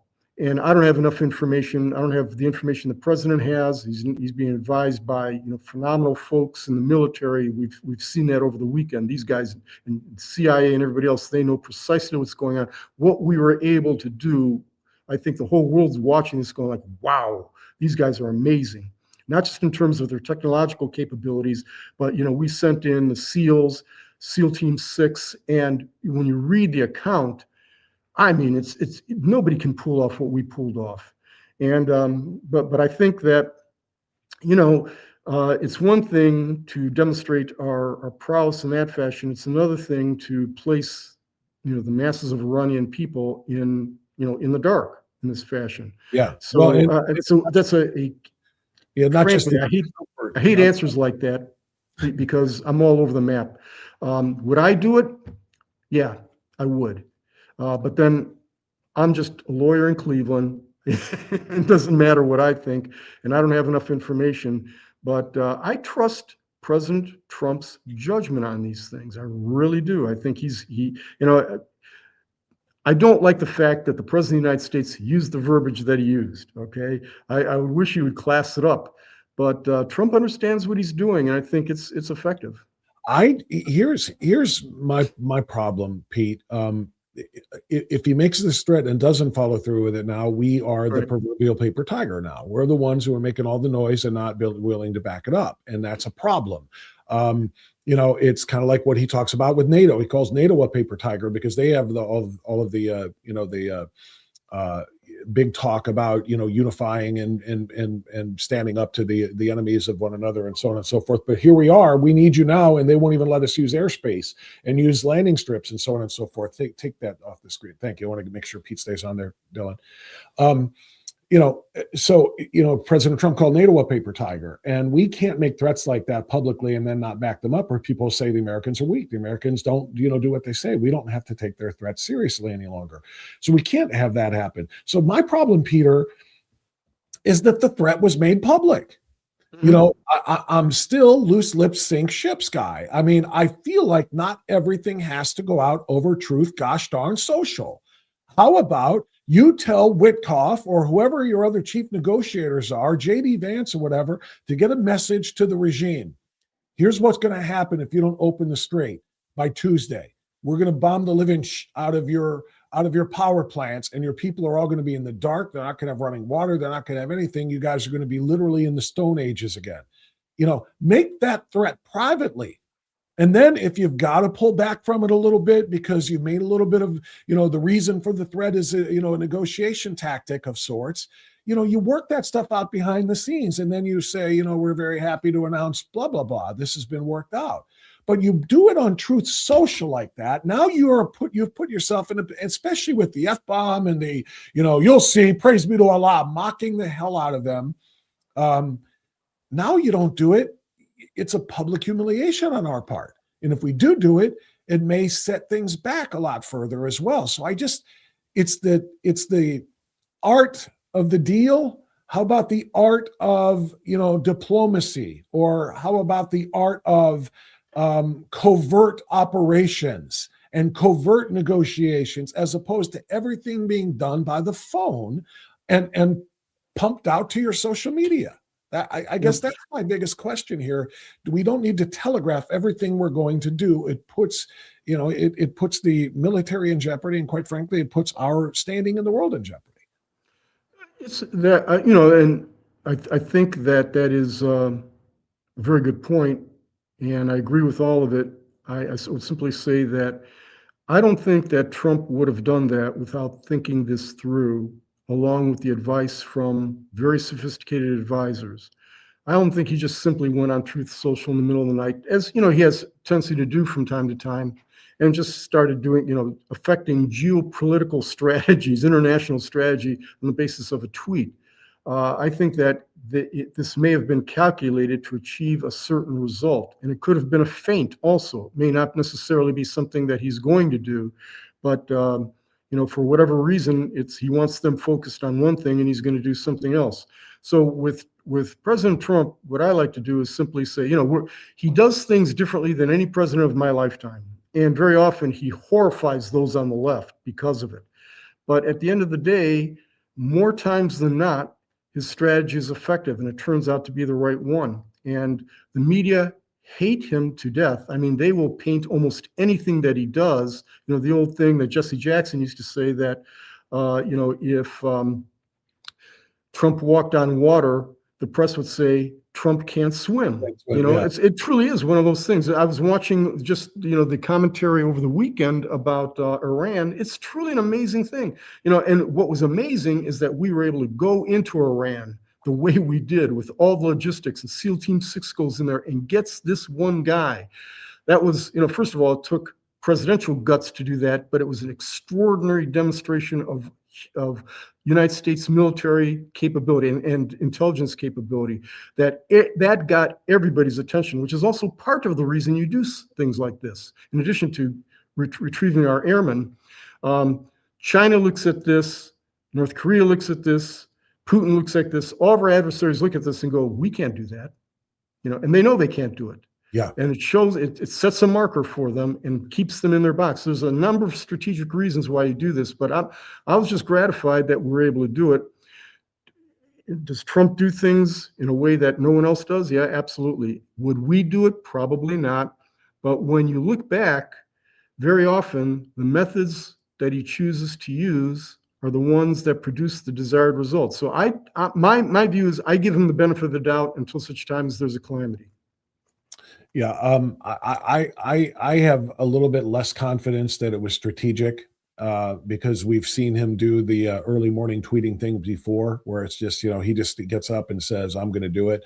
But be that as it may, I want to focus on what you just said. Trump does not get nearly enough credit for the call to go in and get that airman, that colonel, because Pete. We're looking at it now with the hindsight of 2020 vision. They got him. He's home. He's in recovery, and what an extraordinary thing. But what if it went south or sideways? Or what if it was still successful, but to rescue and retrieve that one downed airman, 15 military personnel lost their lives because they sent in SEAL Team 6. From what I read yesterday, SEAL Team 6, Delta, and Rangers were all involved. Special Forces, 3 of the most highly trained special forces in the world, all involved in this. And there were multiple firefights that they had to beat the enemy back in order to be able to effectuate the rescue. If some people had lost their lives and we were bringing home more flag draped coffins because of that rescue attempt, he would have been called reckless. He would have been called, unconcerned with the loss and the spilling of American blood for his little needless war. He would have taken a bigger beating than I think he already has over this. And he made the call, we're going to get him anyway. And we're going to run that risk. And we're going to make sure no man is left behind. And he trusted not only the extraordinarily well-trained members of those special forces, but also the generals and the strategists in the Pentagon who figured out how to make this happen and how to make sure to plant diversionary things, in other places to let the Iranians think we're going somewhere else, which is where he is. All of that stuff, Pete, I don't think enough credit has been given, I guess is my point. Oh, and it won't be, because remember the meme that the left had always established, that what they call taco, Trump always chickens out. That's which the one. Yeah, it's always made up. When does he chicken out? In the real time. I mean, when things really matter. It's called gaslighting. We know that's not true. They're just trying to, Exactly right. Exactly right. What we just accomplished was extraordinary, and all of the individuals involved should be congratulated on steroids. It was truly an amazing accomplishment by extraordinary individuals. And think about when you talk about what he did, and as you said, the call that he made to do it when it could have gone south badly. Yep. Remember that Clinton failed to when we had Somalis taking over our folks. Clinton didn't do that. Who else? You had Clinton. You had Biden left 13 people to die in Afghanistan. Remember that when we were made the bug out of Afghanistan. Who else? You had Obama. You have Obama in was it Somalia? No, Libya. And other places. It was Benghazi. It was Obama and Hillary. Exactly. So you had all these Democratic presidents who simply said, "We're out of here." They bugged out. They didn't make the hard call that Trump did, and Americans died as a result. And where was the media then? Where were they? Okay, Trump has an extraordinary result. Again, all props to SEAL Team 6, the Rangers, Delta, and everybody who's involved, including the advisors. And I want to give, I'm usually somebody who's not necessarily enamored of the CIA, but you got to give everybody who's involved a lot of props on this, because that was an extraordinary achievement that won't be given the proper credit because the media hates Trump to death, and it distorts the news reporting and it distorts history. We're not getting, a true assessment of what transpired. What transpired, and again, credit should be given to everybody in the chain of command, everybody down to the whatever support personnel were involved in terms of logistics, because that was an extraordinary achievement. And only one president of the last 6 had the cojones to do it, and it was Trump. As you said, if the smallest thing went wrong, this would have been a calamity on steroids. The media would have been trumpeting it, and the Democrats would have been trumpeting it, but I repeat myself, for the next several years, history books would have been written about it. This would have been the signature default calamity of the Trump administration, but he decided to do it. And people don't never want to give Trump any credit because, he's a good self-promoter himself. But nonetheless, you got to give him credit for that. And I give credit to everybody who's involved in this. The Rubios of the world, the Vances of the world, everybody who's in that room, but most importantly, the operators who are doing this. And you cited some of them. The stuff they do was, I write novels about this stuff, and I research and I talk to people who actually do this kind of stuff. These people are supermen, and Trump knows that. We have a collection of supermen, both from the standpoint of the intelligence services and the actual operators on the ground. If you meet some of these guys, you're in awe of them because they are like Michael Jordan with weapons. Okay, they are really they're the best of the best. So I've had the privilege of meeting some of them and what's funny is they all know that I write these kind of books. They try to audition to get entry into the books, But it's one of the honors of my life. And President Trump knows these guys. He knows what they're capable of doing, and he decided no American gets left behind. One guy, they go and get him. And I think consider the effect that has on our adversaries. When we go for one guy, go back and we marshal these resources, and we do it in such an effective fashion on foreign soil, at an adverse soil, Kim Jong-un's staying in his box. He's not doing anything. He's not going to do a thing to upset Trump.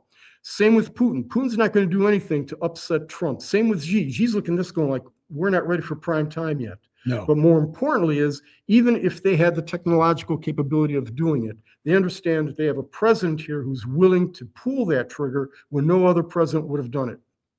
Agreed. And I did about a 45-minute monologue yesterday about the importance of that decision by President Trump to go get him and to carry that out and to have it be effective and to lose no. I think a couple of craft were destroyed. They had to be destroyed because they were disabled and they weren't going to leave the tech behind, so they destroyed it. But no loss of life or anything else. And it broke, to me, what I did my monologue on is it broke the spirit of the Iranians. It's one thing to bomb their munitions caches and their bases and so forth, and to decimate the IRGC, but for Trump to deny them their golden opportunity to create leverage and propaganda by taking this American POW or hostage or whatever, and to use everything, can you imagine what they would have said we're going to do to him if you don't withdraw and end this, and I mean, this was their golden moment. Holy crap, we shot down one of their planes, 2 of their guys. All right, they rescued that one in the first, but the other one's out there. They put out the bounty of $60,000, which in Iranian, I don't even know how well that spends. But 60,000 American dollars to the civilians. Go get him, bring him to us alive. This is what they wanted. And Trump specifically made the call to go get him, and we got him out of there. And I think that had to, you mentioned it keeps Kim Jong-un in the box and Putin and Xi and all the rest of them. The Iranians themselves have to be just so unbelievably, it just sucked out their soul that this was their chance and they're never going to get another one like it. Absolutely. If the media and Democrats, but I repeat myself, didn't hate Trump so much, they would recognize the extraordinary achievement of this. This is something no other nation could have pulled off, and no other nation ever has pulled off. But also, as I said, the acronym Trump always chickens out. Their biggest complaint is he didn't chicken out. Or, he doesn't actually chicken out. That's just a made-up meme on their part because they've got nothing else to challenge Trump on. They wouldn't have done it. They know that their leaders would not, and it's demonstrable. Again, I go back most recently to Biden and the Afghanistan debacle. where we left, what was it, $40 billion worth of equipment behind? $80+ billion, 80+ billion, 87 It billion. depends. I think. I'm giving the Democrats the benefit of the doubt because they try to downplay a billion here, billion there. It's a heck of a lot of money, right? And the manner in which we did that, and it was the, I remember at the time, and I think you and I may have even talked about it, but I remember at the time, I was so dispirited, and I think many normal or ordinary Americans were also dispirited because, you know, that's not supposed to happen. Americans don't do something like that, and we don't leave behind anything. But in this particular case, we had one airman, and Trump said, you know what? We're going in, we're going to get it because that's what we do. No man left behind. He means that, and we've got the capability of doing it. It made me feel proud to be an American. And what is extraordinary to me, even though we're aware of this, Bob, and we see this all the time, is that you've got the media and Democrats, but I repeat myself, actually, you could see they were cheering or hoping for failure. Totally. You get the sense that they were disappointed. In fact, they were claiming there was going to be a failure, right? And you know, you get the sense that they're disappointed that this had happened. I hate to say this, but I think there are people in the media and in the Democratic Party, but I repeat myself, that were hoping that this would have been a debacle. And you can rarely say that about ordinary Americans, you know, that somebody would like that to be a despicable person. But there are despicable politicians out there and there are despicable people in the media whose chief goal is the humiliation of Trump as opposed to the vindication of American interests. Yeah, Peter, you're exactly right. Dylan, I just put a video I wanted you to play for Pete and me up on the list there. If you could just grab that Marco Rubio video. Peter, I want people to hear this who haven't heard it. Marco Rubio, the Secretary of State, who has become an absolute superstar, a rock star Right. in his role in every capacity. I mean, if it weren't for J.D. Vance, I think he would absolutely be the front runner for 2028 right now. And I would love for this country to be led by him if it came to that. I don't know how it's all going to play out. But Marco Rubio did something here. Go ahead and throw that up on the screen, Dylan. Marco Rubio wanted to explain and answer the question for all skeptics and all doubters as to why this needed to be done right now, why President Trump had to make the decision. Because, Peter, you and I talked about this last week, and I've talked about it on the show since as well. The left and the Trump haters, even those on the right, are calling this a war of choice. They hate this. And there is a split on the conservative side of people who don't think we should be there right now. And I said, this is not a war of choice. And you know, because why would the president choose to do this in the midterm year where it's going to necessarily make gas prices spike and diesel prices spike, which means that shipping of everything that is made and manufactured and brought to our stores costs more, and it's going to hurt the American economy. It's going to hurt Americans' pocketbooks and wallets. Why would he choose to do this at a time in a midterm year? There has to be a reason why he decided to make this move in such a politically risky time. And Marco Rubio explains that. This is why it had to happen right now. So for those who haven't heard Marco Rubio make this very clear explanation, watch this next 1 minute and 54 seconds. Got to volume up there, bud.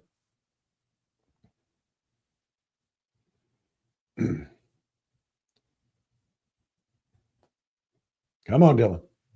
Counting on you, bro.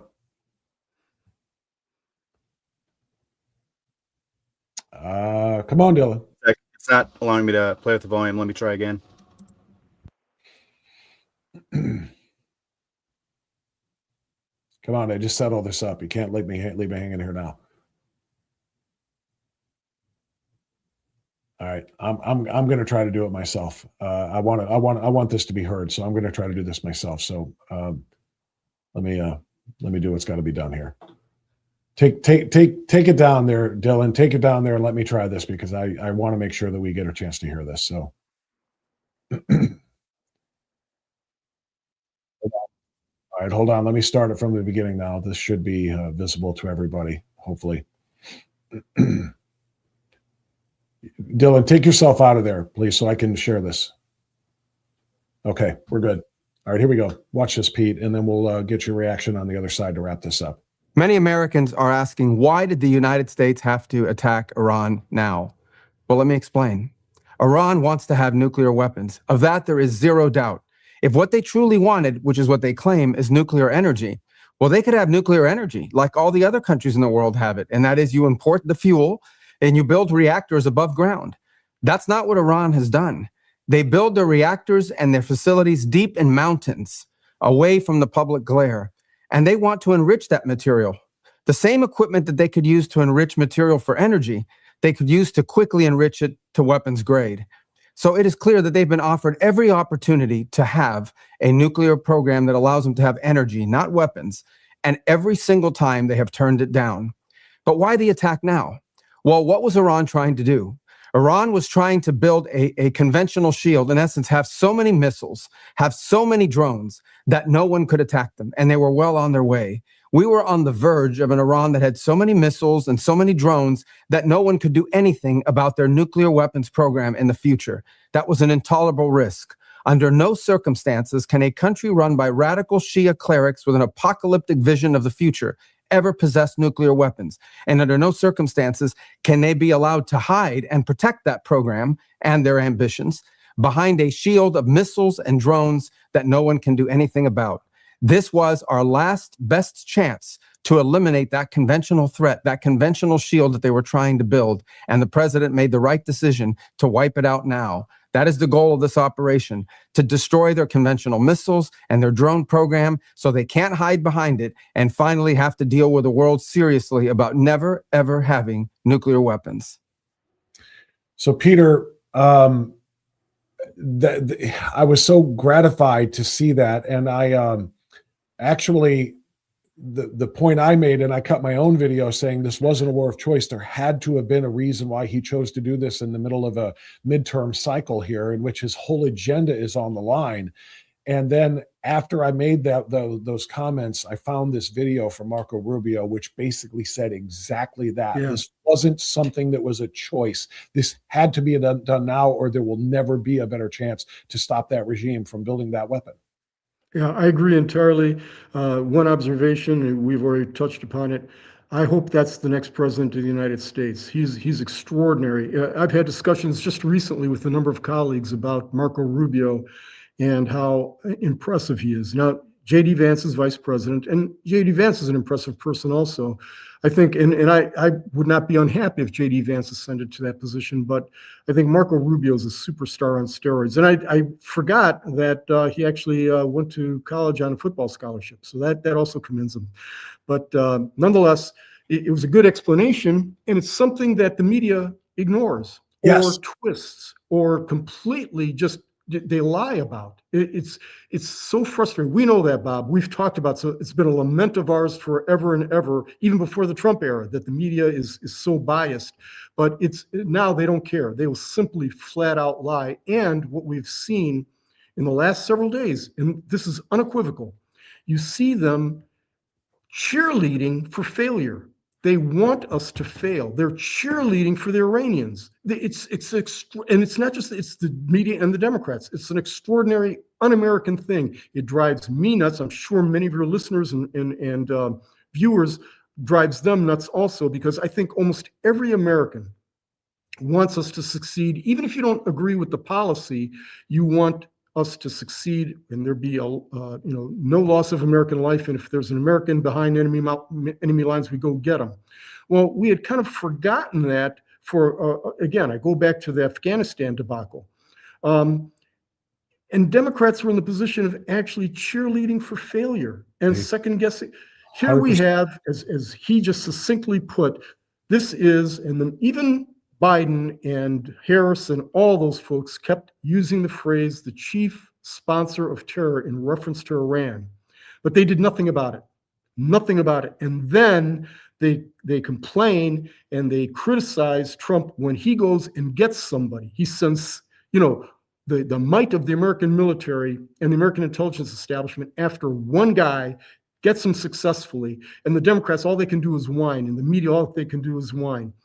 Rooting for failure is their policy right now because they've got nothing else. ask yourself, your listeners know this, your viewers know this, ask yourself, what do Democrats stand for other than being in opposition to Trump? Give me one policy prescription other than spend money on something. Spend money so that we can line our pockets. And I'm not saying that in a way that is, kind of, conspiracy theorists. Yeah, these guys are lining their pockets. A heck of a lot of them are lining their pockets with our tax dollars. That's not some kind of right-wing meme. That is the truth. I agree with you 100%, Peter. And, I don't watch ABC News or NBC News or CBS News, and I don't watch CNN or MSNBC either, but I would be willing to bet that short 1 minute, 54-second clip that was distributed by the Secretary of State's office, that wasn't in an interview, it was him on a set in the office, put out by the Secretary of State's office, the State Department's office. None of them ran that. Yeah, None of them ran. Yeah, I would bet you, because it explains why we're there, and it would defeat their argument that this is a war of choice and that Trump is being reckless and so on and so forth.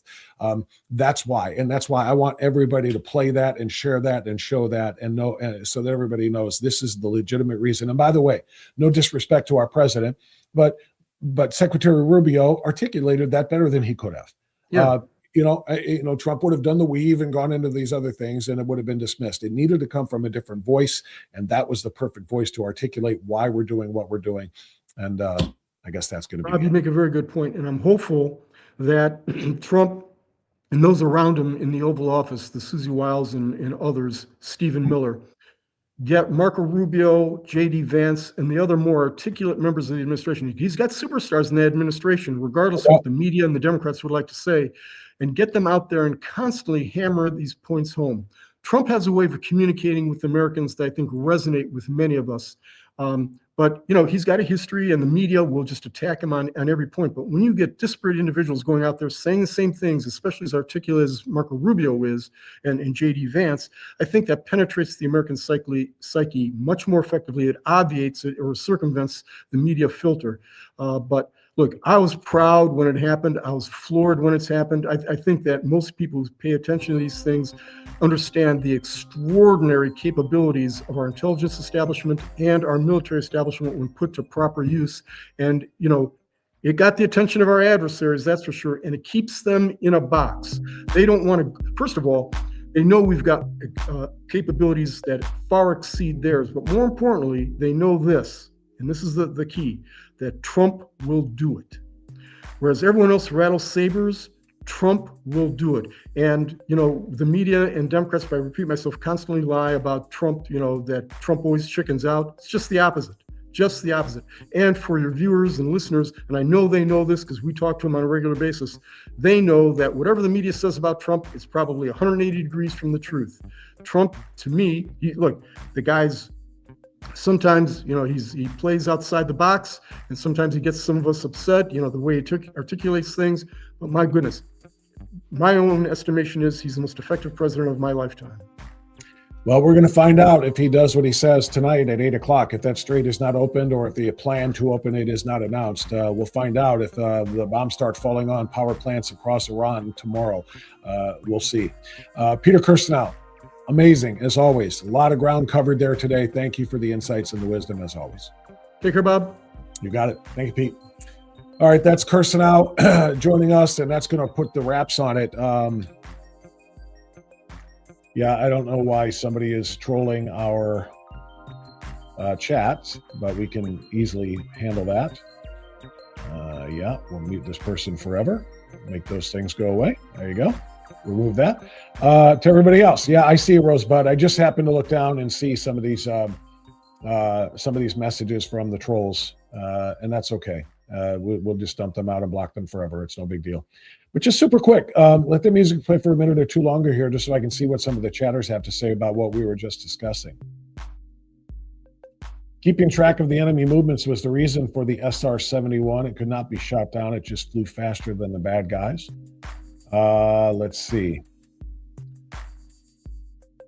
Speaking of, okay, well, this is on immigration, about why Mayorkas is not in jail. I can tell you what, that's probably why Pam Bondi is not the Attorney General anymore, because Mayorkas has not been charged with anything. Let's see. The Iranian people still have not expressed enough interest in being free. Going dark would enhance that. This is the same thing Pete is saying. I don't agree with that, Jake. I think the Iranian people expressed their desire to be free by the thousands, which is why 30,000+ of them were executed by that regime in the last 2 months, because they were out there saying, free us. We don't want to live under Sharia law anymore. I mean, seriously, that's a big deal. That's a real big deal. That's why, this was the right time. And that's why there's videos of them burning their burqas, the women, but their hijabs and their burqas, they're burning them.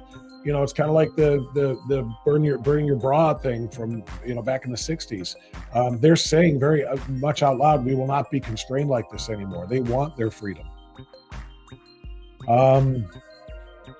Let's see, what else do we have? Rubio said he will not challenge JD in the primary. I know he did. I don't like that. I want a good, hearty, robust primary. And if JD is the guy to come out on top, fine. If Rubio is the guy to come out on top, fine. I think both of those would be phenomenal candidates in 2028.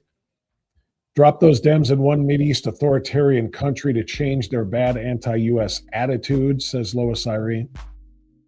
Let's see, what else do we have? Thanks, Peter, for the insight. Very proud of our troops, said Sarah. Thank you. All right. And you're right. Iran does not have a Second Amendment. Calvinist. That's one of the reasons why the people there are subjugated. Okay, everybody. Thank you for the time today. Thanks to my guests, Tom DeWeese and Peter Kirstenau. Thanks to Dylan, who's producing the show for us today. And thanks to you for being here to be a part of it. As always, I'm begging you, okay? Bring somebody with you tomorrow. Bring somebody who's never watched the show before to tomorrow's show. Make sure that they know how to like and follow and subscribe and the whole 9 yards. Introduce them to locals. Bring somebody with you. We've got to grassroots this thing before the algorithms take over and send it out to other places. So this is still the very early growth phases of this podcast and of this mission. But like I said, the growth will happen only with hardcore grassroots efforts. So if you are of the mind, please bring people with you tomorrow. Share this with people on your contact list. All of the conservatives in your life need to know that we're here and that we're working hard to have an impact and an influence over this country, this state, this region, this community. That's what we're all about. So thank you, everyone. We'll talk to you again tomorrow. Don't forget to hit that bell. That's the notification button. So when I drop other things that are not part of the regular show, you'll get a firsthand knowledge that those things are there for you. Thanks, everybody. We'll see you tomorrow. Be well, be safe, and stay free. Bye-bye.